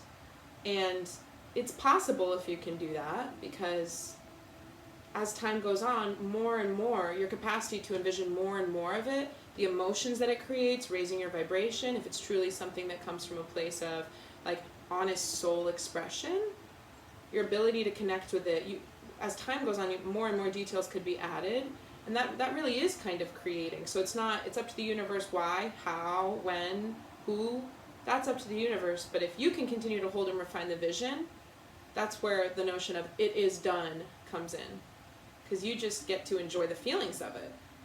The more you can enjoy the feelings of what it's like to hold such a precious and exciting thought, that you think could add to the world in your own life and enrich the world, right? Because you're a blessing, you're a contribution to this earth. You have a lot to offer. And how you offer it, and where, and to whom, is up to you. Everybody has those choices. It is done. Knowing it is done is not to sit back and relax and not do things. You're not just going to know when you want something that it is done, so you just kind of watch the world around you change because you created an intention that you wanted to manifest something. It's asking you, when you know that you already have everything you ever wanted, in some place in the future, if you sat down in a restaurant, you ordered your meal, you know that it's coming. It's going to come out. If it takes a long time, it's going to be a really good plate, hopefully.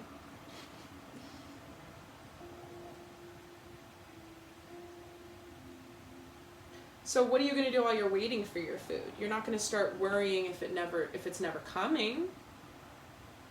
Typically, you're probably going to enjoy yourself in the meantime. That's why people go out to dinner, to have lively banter. Or just sit there and stare at their phones. It's up to you how you spend your time. But, you don't just anxiously sit in silence with whoever you're eating with and wait for the food to come out because you're not even sure if it's coming. No, you enjoy the time in the meantime. You release the expectation or the idea. That's not your job. It's the universe's job. It's the waiter's job. It's the chef's job. You don't know the waiter's name. You're not concerned about what shoes they're wearing and if they're going to trip and drop the food. You trust that process is in place. That's how the universe, and the universe is the most highly skilled gourmet chef waiters. It's the best restaurant to eat at. When you trust their team will deliver. I'm seeing like an advertisement of these like cosmic angel waiters, like, we got you. It's pretty cute. Okay, so what do you do when you're waiting at the table, enjoying the time that you get to commune with another person or a friend or whoever you're with, having dinner? What do? You step forward with assurance, confidence, peace in your heart, giving you faith in the unknown stages of your particular path, so that each and every moment doesn't need changing or tampered with. You're at a level of being able to accept people and see people for being at a certain stage in their journey that would lead them to do this or say this or act this way. You can contribute energetically. You can contribute in reality. But you know what's yours and you know what you can change. And there's a great amount of peace in knowing that you keep living, you keep learning. Each and every day that passes while you're, kind of expecting your meal to be delivered. Each and every moment doesn't need changing or tampered with. There's a complex system at work. You can release control. You can relax into the enjoyment of creating moments simply by how you show up in them. How you arrive in each and every second, being someone's listening ears, admiring cloud formations, speaking up about an idea that you've gotten. Everything that your days are comprised of, alone time or social time, work or play, sleep or waking, everything our days energetically are comprised of.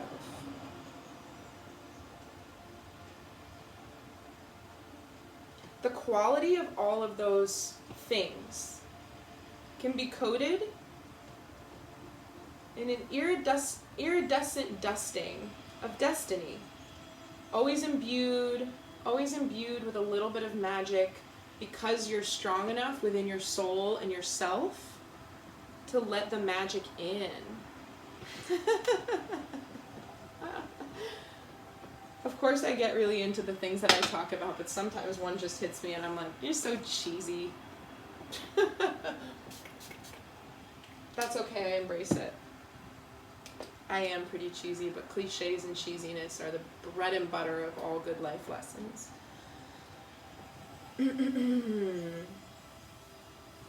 Your life will become increasingly radiant and appeal to your enjoyment and the things that you want to experience as you allow yourself a willingness, an openness to, a willingness to focus only on what is here and now, the hot present moment, you're focusing on the hot present moment with the right, frequency, then the future is always going to be brighter than you plan it to be, because you're aligned with the love and the magic that you can bring to the mundane. That's what the card was talking about before when it said most people spend their whole lives trying to be somewhere that they can't even be, mentally, in the future, planning, or lamenting over the past. Those places don't exist. It's only, there's a new one, there's another present moment. It's never going to stop. This is the only place that we can be. It's so relieving. You don't have to worry about it. I'm not saying like you don't have to chuck away your retirement plan. Don't take it financial advice from me or legal advice from me, or everything I say is a metaphor, even if I use real things. Whatever.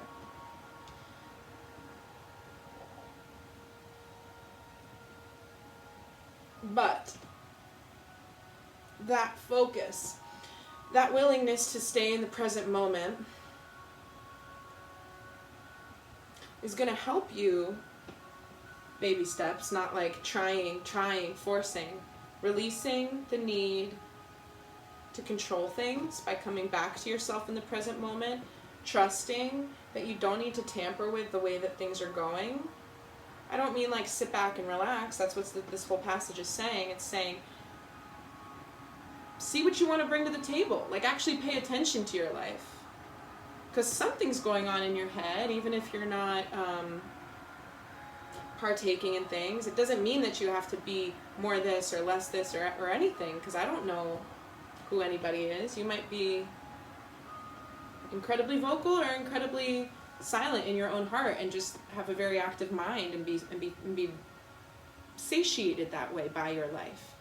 Everybody gets to choose how they want to show up to their own life. What makes you happy? It's going to be different than what makes your neighbor happy. And the people that we're drawn to in our lives, whether we know it or not, typically we link up with people that want similar things. Similar things make them happy. And then there's the Three of Cups energy. There are people to celebrate with about the same things. There is a camaraderie and a love in what's being created. Even if it's like a Thanksgiving meal that comes around every year, that connection. I mean, that's a bad example because it's so controversial. People always talk about how whatever. I was just trying to give an example of how there's like a literal application and then more of like the it's good to have friends thing, like there's just different layers to how our lives are constructed, so that if you really hold it all in your heart and think about it, like it's just pretty great that we get to be here, even though the world's very challenging. It's pretty great that we get to think about whatever it is that we want. It's just that the world is so saturated and there's so much fucking propaganda and stuff, distractions thrown in our faces, because that special place, your consciousness, your very precious energy, it's all being hijacked. It's all being sucked in. The whole thing is all, designed to make us feel obligated to be like, but how sad, how tragic. It is. Totally. Whatever it is. But I don't have to sit around feeling bad about myself because of that. I'm actively going to try to create a better world. So that's, again, the weight of the world. That's the weight of the world. You don't have to carry all the burdens. You can think something is sad and devastating, but not, like, have this obligation to be like, okay, like, I guess I'll take this with me now. I don't want that energy. Aren't we trying to get rid of the things we don't like?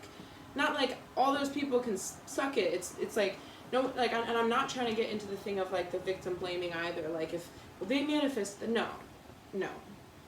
Because there's a lot of energies at play. Again, this is a melting pot of manifested realities, clashing and colliding and reforming, collapsing every second and reblooming. So, it's complicated stuff, but at the same time, it's very beautiful and very simple. It's very beautiful and very simple. Because it's like, all that being said, just trust yourself a little bit more. Oh, I never finished the thought that I had about, like, yes, I'd like to start creating a practice of coming here to this space, my beautiful healing space, And just starting off the morning by being like, what is today about? Whatever it may be. But before, I would just, before I opened my eyes, and this took some weeks, some months, some years of ingraining into myself, but before I looked at my phone, before I even got up to go pee or whatever, I would say, I am making the most of today. I am ready to go forward with a confident and clear mind and be an ever-improving version of myself. Not like be the best me ever, but like, it's okay. I show up as I am. I'm excited. I'm ready. Oh, and the one that I picked up recently, a new thing that I've been saying and feeling and cultivating is, wonderful and exciting things happen for me today, both of which I am expecting and those that completely surprise me. Because then it's an open door that you just, for the universe to say, like, surprise me. Show me what you have that can put a smile on my face that I wasn't even ready for. I'm going to do another one from the Starseed Oracle, and I do see that this is an hour and 20 minutes long. So what I've done is brought my my thing into my studio so that I can keep myself regulated with how long I make videos. But maybe I don't need to do that. I think it's good just to be mindful of it.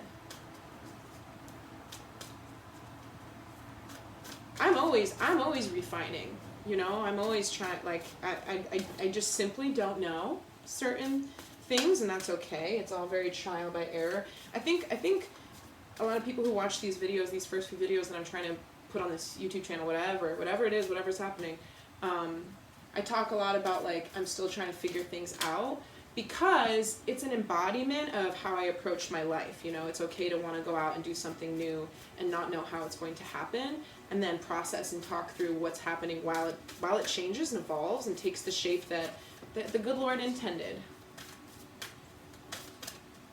It's a true example of how that kind of flows within our lives. Interesting.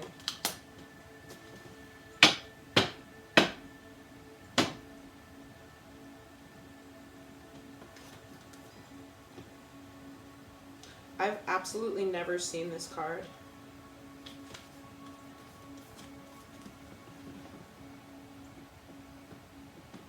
I've had this deck for years. I've never ever seen this card.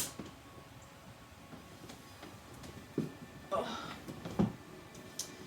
It says, I'm sorry. Defenselessness, righting past wrongs, uprooting. We are living in divisive times, hence the chaotic, collective manifested realities. When we're hurt and triggered, we tend to see things as a personal attack rather than an opportunity for healing. Again, why a lot of people, right, defensiveness is not uncommon, because when a lot of people give other people feedback, they're saying, you did this, instead of just talking about what they can control. I feel. And it's when these things happen. That could pertain to the other person. But if you tell somebody, if you try to, like, offer them, you do this, it's deeply, obviously they're going to be like, well, no, like, I'm, because people are well-intentioned. That's what a lot of people forget.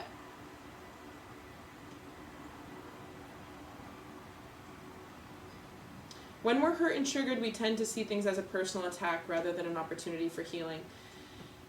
If we are to find true peace and unity, we need to drop our defenses and see things outside of right and wrong. Not that there isn't right and wrong, but it makes me think about two people arguing, and it's like one of them kind of wants to be right. They both want to be right, so they'll never agree because they see things differently. How can we see things differently but not be fighting, allow for discrepancies to create moments where understanding can be created instead of just trying to have it be one or the other, because that's futile. The world isn't just one or the other. The world's all of it. And people are allowed to join whatever camps of thought that they want to. In fact, that's what Jesus believed in. Jesus Christ, Jesus of Nazareth, was a teacher and an ascended master who believed in the right for everybody to choose what they wanted to believe in. And I do think that's been lost in translation over the years and the history of corruption within the church, which is why I believe that I went through a period of grappling. I'll just share this. This is probably more one of the borderline things that I would keep private, because I am trying to be really mindful about what I share personally and vulnerably, because when you do that or do anything on the internet, then people can attach their energy to you. But I'm very protected such that I don't need any of the attachments. I do still think about it if I'm intending to be doing things like this. However, I went through a period of time where I wasn't sure how I could continue to hold ideas and religions, and I feel like it's very basically light and dark, the God and the devil, right? These different things, evil and love. And there are certain, I think, camps that say if you're not seeing and embracing love in this way, then by default you're in the evil. Especially because there is a lot of masked evil in light, cloaked in wolf in sheep's clothing. I went through just a deeply confusing period that I trusted was functioning for me, and it did, because I came back to this place of being like, I can hold it all in my belief system. It's just I can touch around on different facets of where different things are relevant or not, because again, it's beyond the true definitions that people take as the Bible, like people taking it super literally. I don't think it's necessarily useful.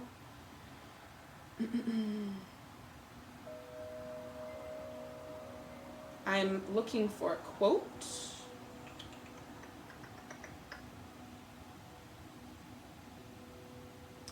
Do I contradict myself?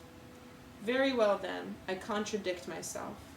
I am large, I contain multitudes. Walt Whitman from Song of Myself. So, again, I don't know how I'm doing this. I'm open to changing and evolving my systems. If I use the hourglass, if I don't, if the videos are an hour or not. Such as cultivating a meaningful practice or belief system that can help you have a spiritual life, because life is inherently spiritual. But it's okay to not know what you believe in, but still have feelings, right? That's about things that resonate with us. It's good to surround yourself with things that resonate with you. Listen to people who inspire you, whose messaging resonates with you.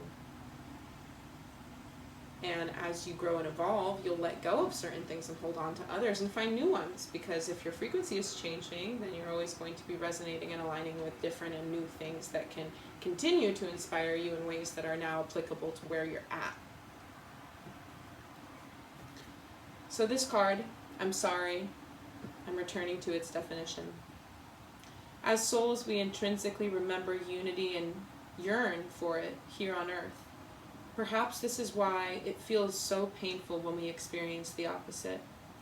But it's crucial to remember that we can't simply bypass reality and pretend that unity, love, and forgiveness are here.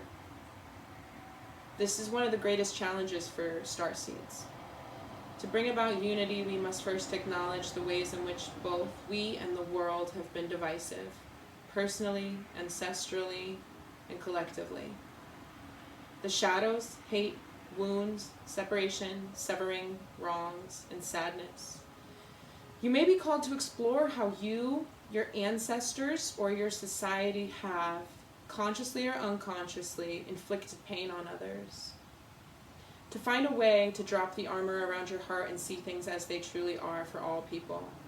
To say I'm sorry with an open heart and mean it. To be part of the healing rather than the perpetuation of inherited conflict or oppression. This isn't about blame, it's about unwinding the patterns that got us here. It's exactly what I was talking about last night or the night before when I was recording a video and using that diagram on the projector to talk about unraveling, unwinding, detangling. You may be called to devote your time to causes you believe in or do healing work on your ancestral line. How are you being called to drop your defenses and unwind past wrongs? So the fact that this card came out makes me think that there's a significant energy here of needing to embrace, like, the fear that be, the fear that is, the fears that exist going into this new year. Letting the side of the scale that has the new ideas, the passion that can lead us to actually developing, conceptually germinating over these, like, how, what can I control? What do I want? What's this going to look like for me? Not how's it going to go in the future. The universe will do that. But it's about letting that side of the scale and appreciating everything you've been through up until this point be heavier than the naysaying energy of what if. So within that, maybe you want it to feel this way, but unfortunately the fear is too much. There is paralysis, Nine of Swords, the Tower. There is this kind of like standstill of lamenting over despair over things not yet to come and things already gone by. So maybe in order to free yourself from all of that, there needs to be this sense of apology. Taking accountability on a spiritual level for, right, it's ancestral healing. This concept, I think, is a little bit hard to understand sometimes because it is what I was talking about before in terms of, like, if you hurt somebody long ago and you feel very bad about it, to let it go, you actually don't have to go, say sorry to them. You can do that on, like a 5D level. You can have that energetic, you can see them right in front of you. You can release yourself, energetically you can still repair that system. Maybe they'll have a dream about you that night or be hit with this, But even if not, because a lot of people aren't tapped in and expect things to happen that way. So if they do have a dream, right, they maybe won't remember it, is what I'm saying. Like, it still happens. So before we're ready to move past the fear that's keeping us from being a little bit quicker in generating momentum and changing things, maybe things that we've wanted to change are hard, really just hard to change, and we don't know why, or we're worried about certain things, and perhaps we need to start thinking about, well, I was talking about ancestral integration.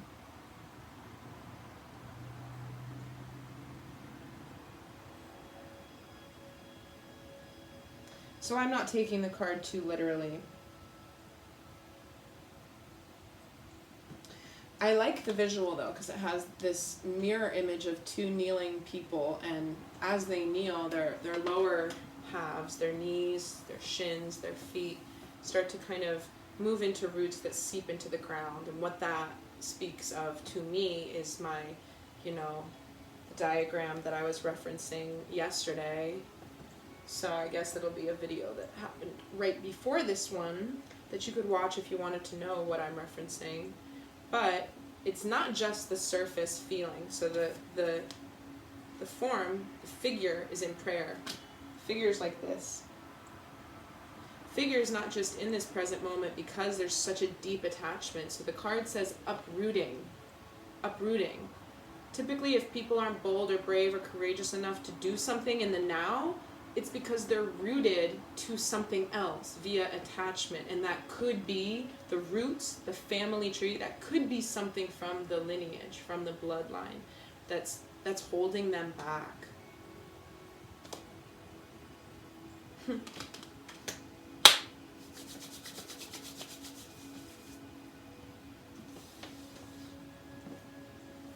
Okay, so before I stop doing whatever it is that I'm doing here, I'm gonna retrieve one of the of the Psychic Animal Oracle. The Animal Oracle. Spirit animals to help us through this time. Oh, that's a good one. Silly goose.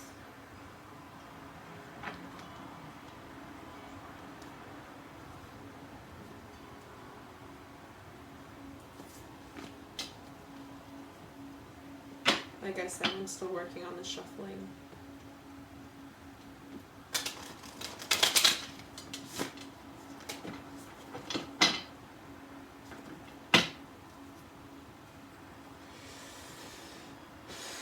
Energy to employ, energy to lean on, things to be mindful of during this time.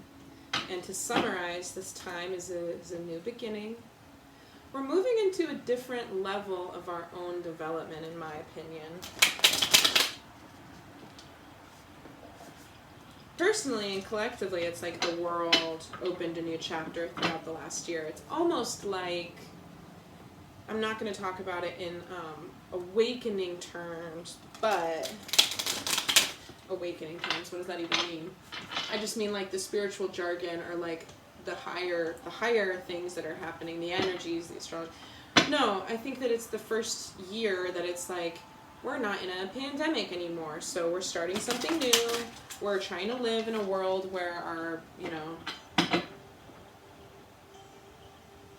our outlooks and our whatever the pandemic, our optimism, whatever it is that shifted during that situation, we're starting to move on from that. 2022 was all about moving on from it, because honestly I think that we were able to focus on ourselves again, instead of like being obligated to partake in the dramas of a crisis,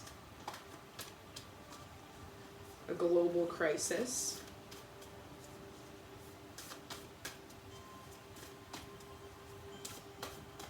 So there is this potential to make beautiful things happen, but we need to redefine and set boundaries.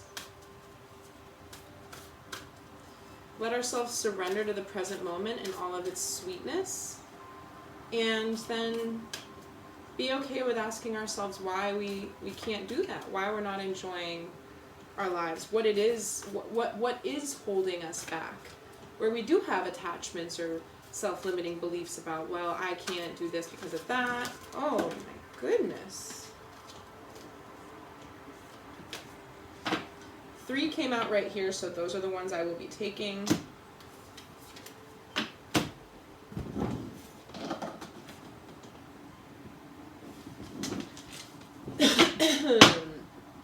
Excuse me. I really have a lot of things on my table now, don't I? I'll put these down so that I can put the new 3 up. This is fun. I like it.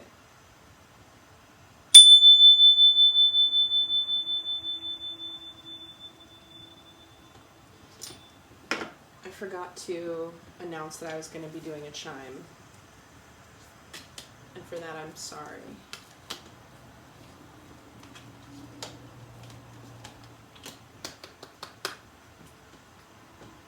Love it. We've got number 57. 5 plus 7 is 12, reduces down to 3. We already had the 3 energy with the 3 of Cups, 3 representing unity. We've got Father, Son, Holy Spirit. We've got Mind, Body, Spirit. And then, 3, the self, the other, and the collective. Squirrel, Spirit. Believe in yourself. We have Otter Spirit, 42. 4 plus 2 adds up to 6.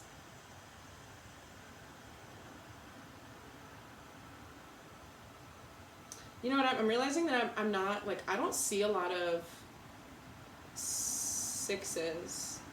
And I actually need a refresher on the numerology around 6s. Otter Spirit is you're never alone.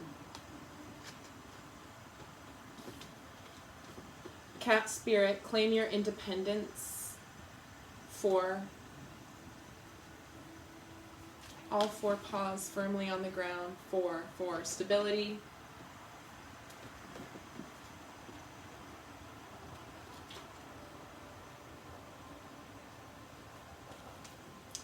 So back to squirrel spirit. Believe in yourself. You have accumulated wisdom and experience and are surrounded by all you need. An abundance of resources is available to you through the generosity of spirit and all your hard work. Squirrel spirit shows up when you need reminding that the acorns you have gathered and stowed away have enormous potential to grow.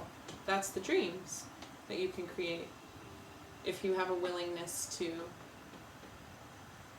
So relax into knowing there is always enough, and you have what it takes to co-create the reality you want to experience.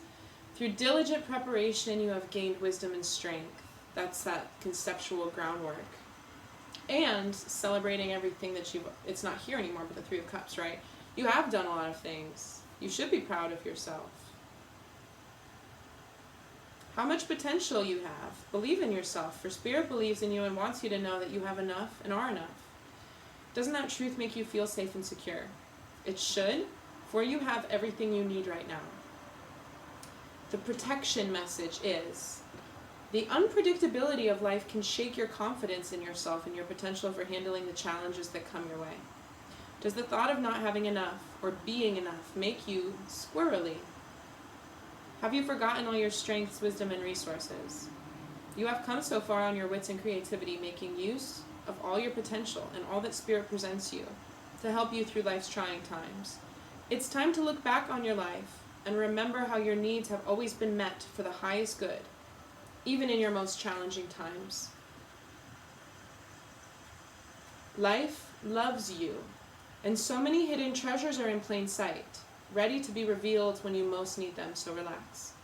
Squirrel Spirit wants you to know that you are poised and ready for whatever is coming next. So trust in yourself and trust that Spirit has your back.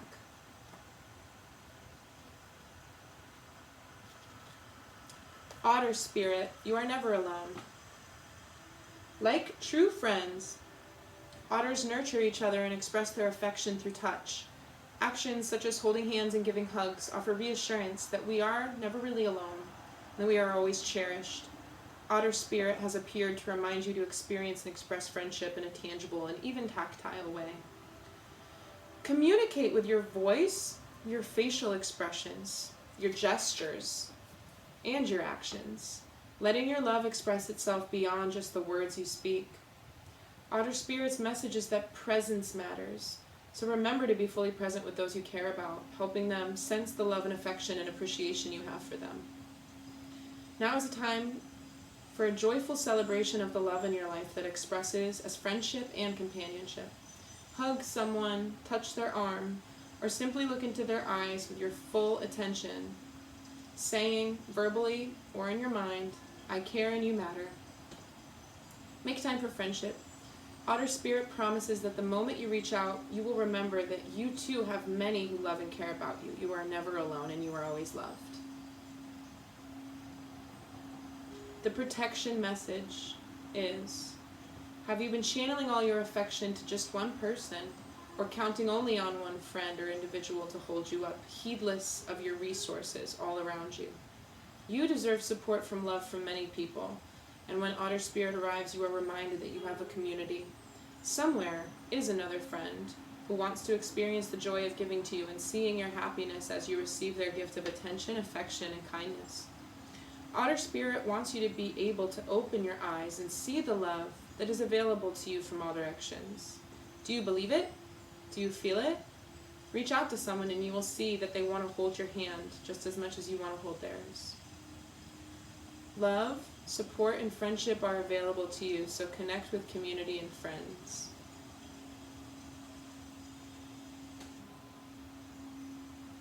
And what I get from that too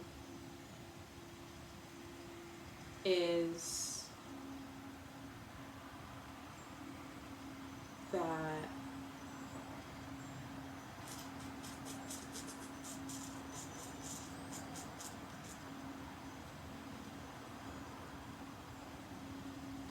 completely lost my train of thought.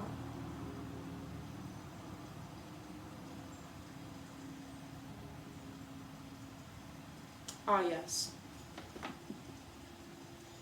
So I think that also touches on the notion of like, if you want something,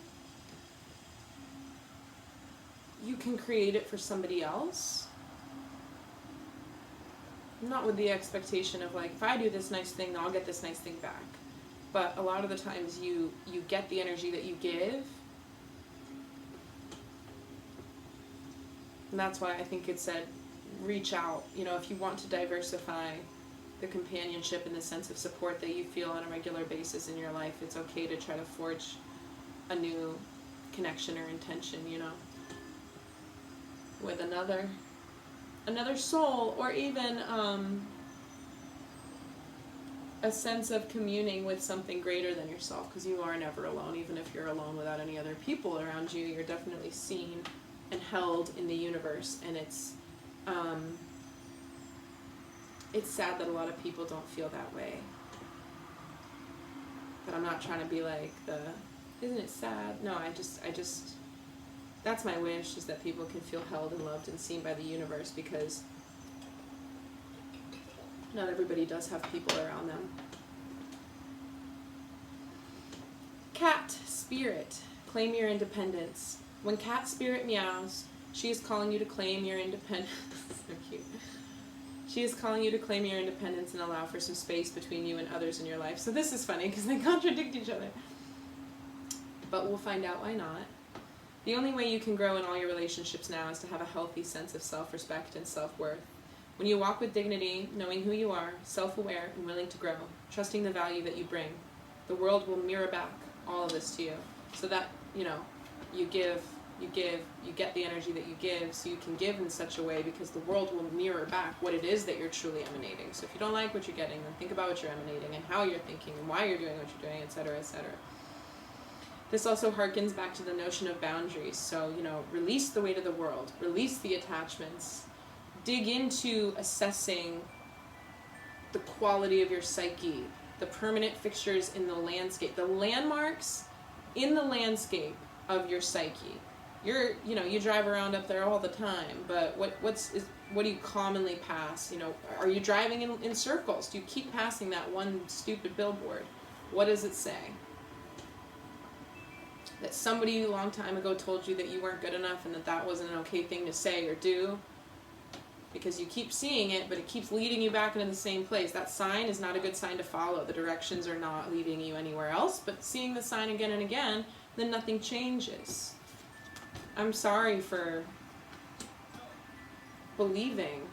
You know, you can apologize to yourself for holding yourself back. Uprooting from the narrative that's keeping you rooted, stuck, entrenched, tethered and tied to self-limiting beliefs that are inhibiting you, keeping you paralyzed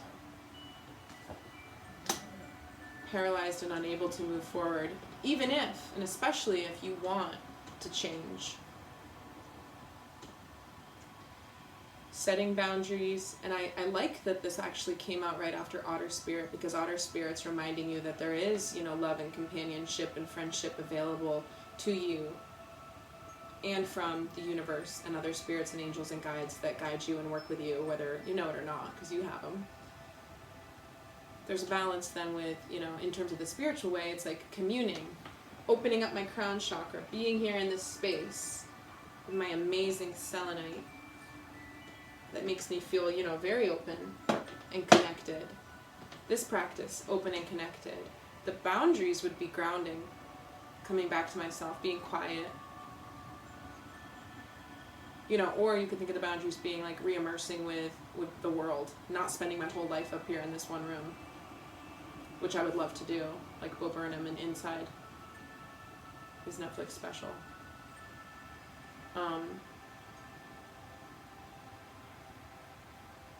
Moderation, balance, with the boundaries, with the need to solicit and utilize the support, and then independence. Independence from the way things have been, creating new circuitry for energy to move, fortifying and reinforcing the new patterns with goals in mind, with an excited I'm trying to point to the Page of Wands and it's not there anymore. With an excited, passionate fire within you, because you know that you can do something new. You don't know how it's going to go, and that's okay. When you say no to codependency and enmeshment, live and let live, and practice taking risks as you wander into new territory for you, Cat Spirit rejoices. She is here to urge you to let your independent spirit roam free. I said live and let live not too long ago, and it's here again, so that's a double, thing.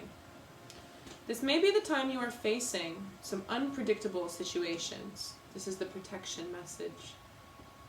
Are you hesitant to take a risk? Too cautious to jump into something new because you fear you can't trust yourself? Cat Spirit is saying go for it, because you will land on your feet. Cats always do.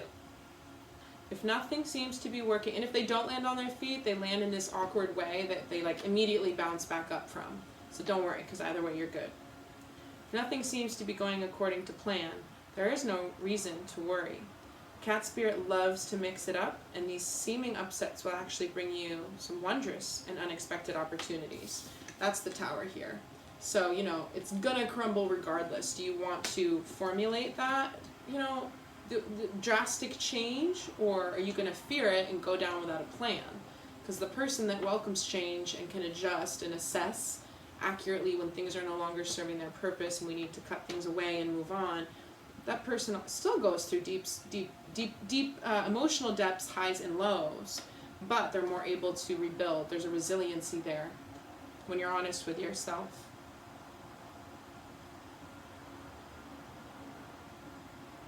Get ready to pounce, as you may be called to jump into something new at a moment's notice. At this time, your instincts are keen and your intuition is sharp. Remember, even a temporary failure can lead to a spectacular success. So embrace the adventure. You are sure-footed, and you can trust yourself. Oh, so very nice, so very beautiful. I do feel very good about having chosen to do this, because there was a lot of really clear themes that arose and everything tied together really well, and I hope that if anybody watches it, it can resonate with them. I'm going to redact my previous statement that says that this is not a timeless reading, because it is. After having done it, or maybe that was in the first video that stopped working, but I did say that in one of the videos, I don't know if it was this one or the other one, I said at one point, it's not a timeless reading because I'm specifically digging into mid to late January and how that's priming us for the rest of the year, basically, with the planetary motion and also just a new year. So I think it's timeless because this type of thing, releasing ourselves, these are just themes in life, but the way they're coming together here and what I've been discussing, that could indeed be relevant for somebody at a different point in time.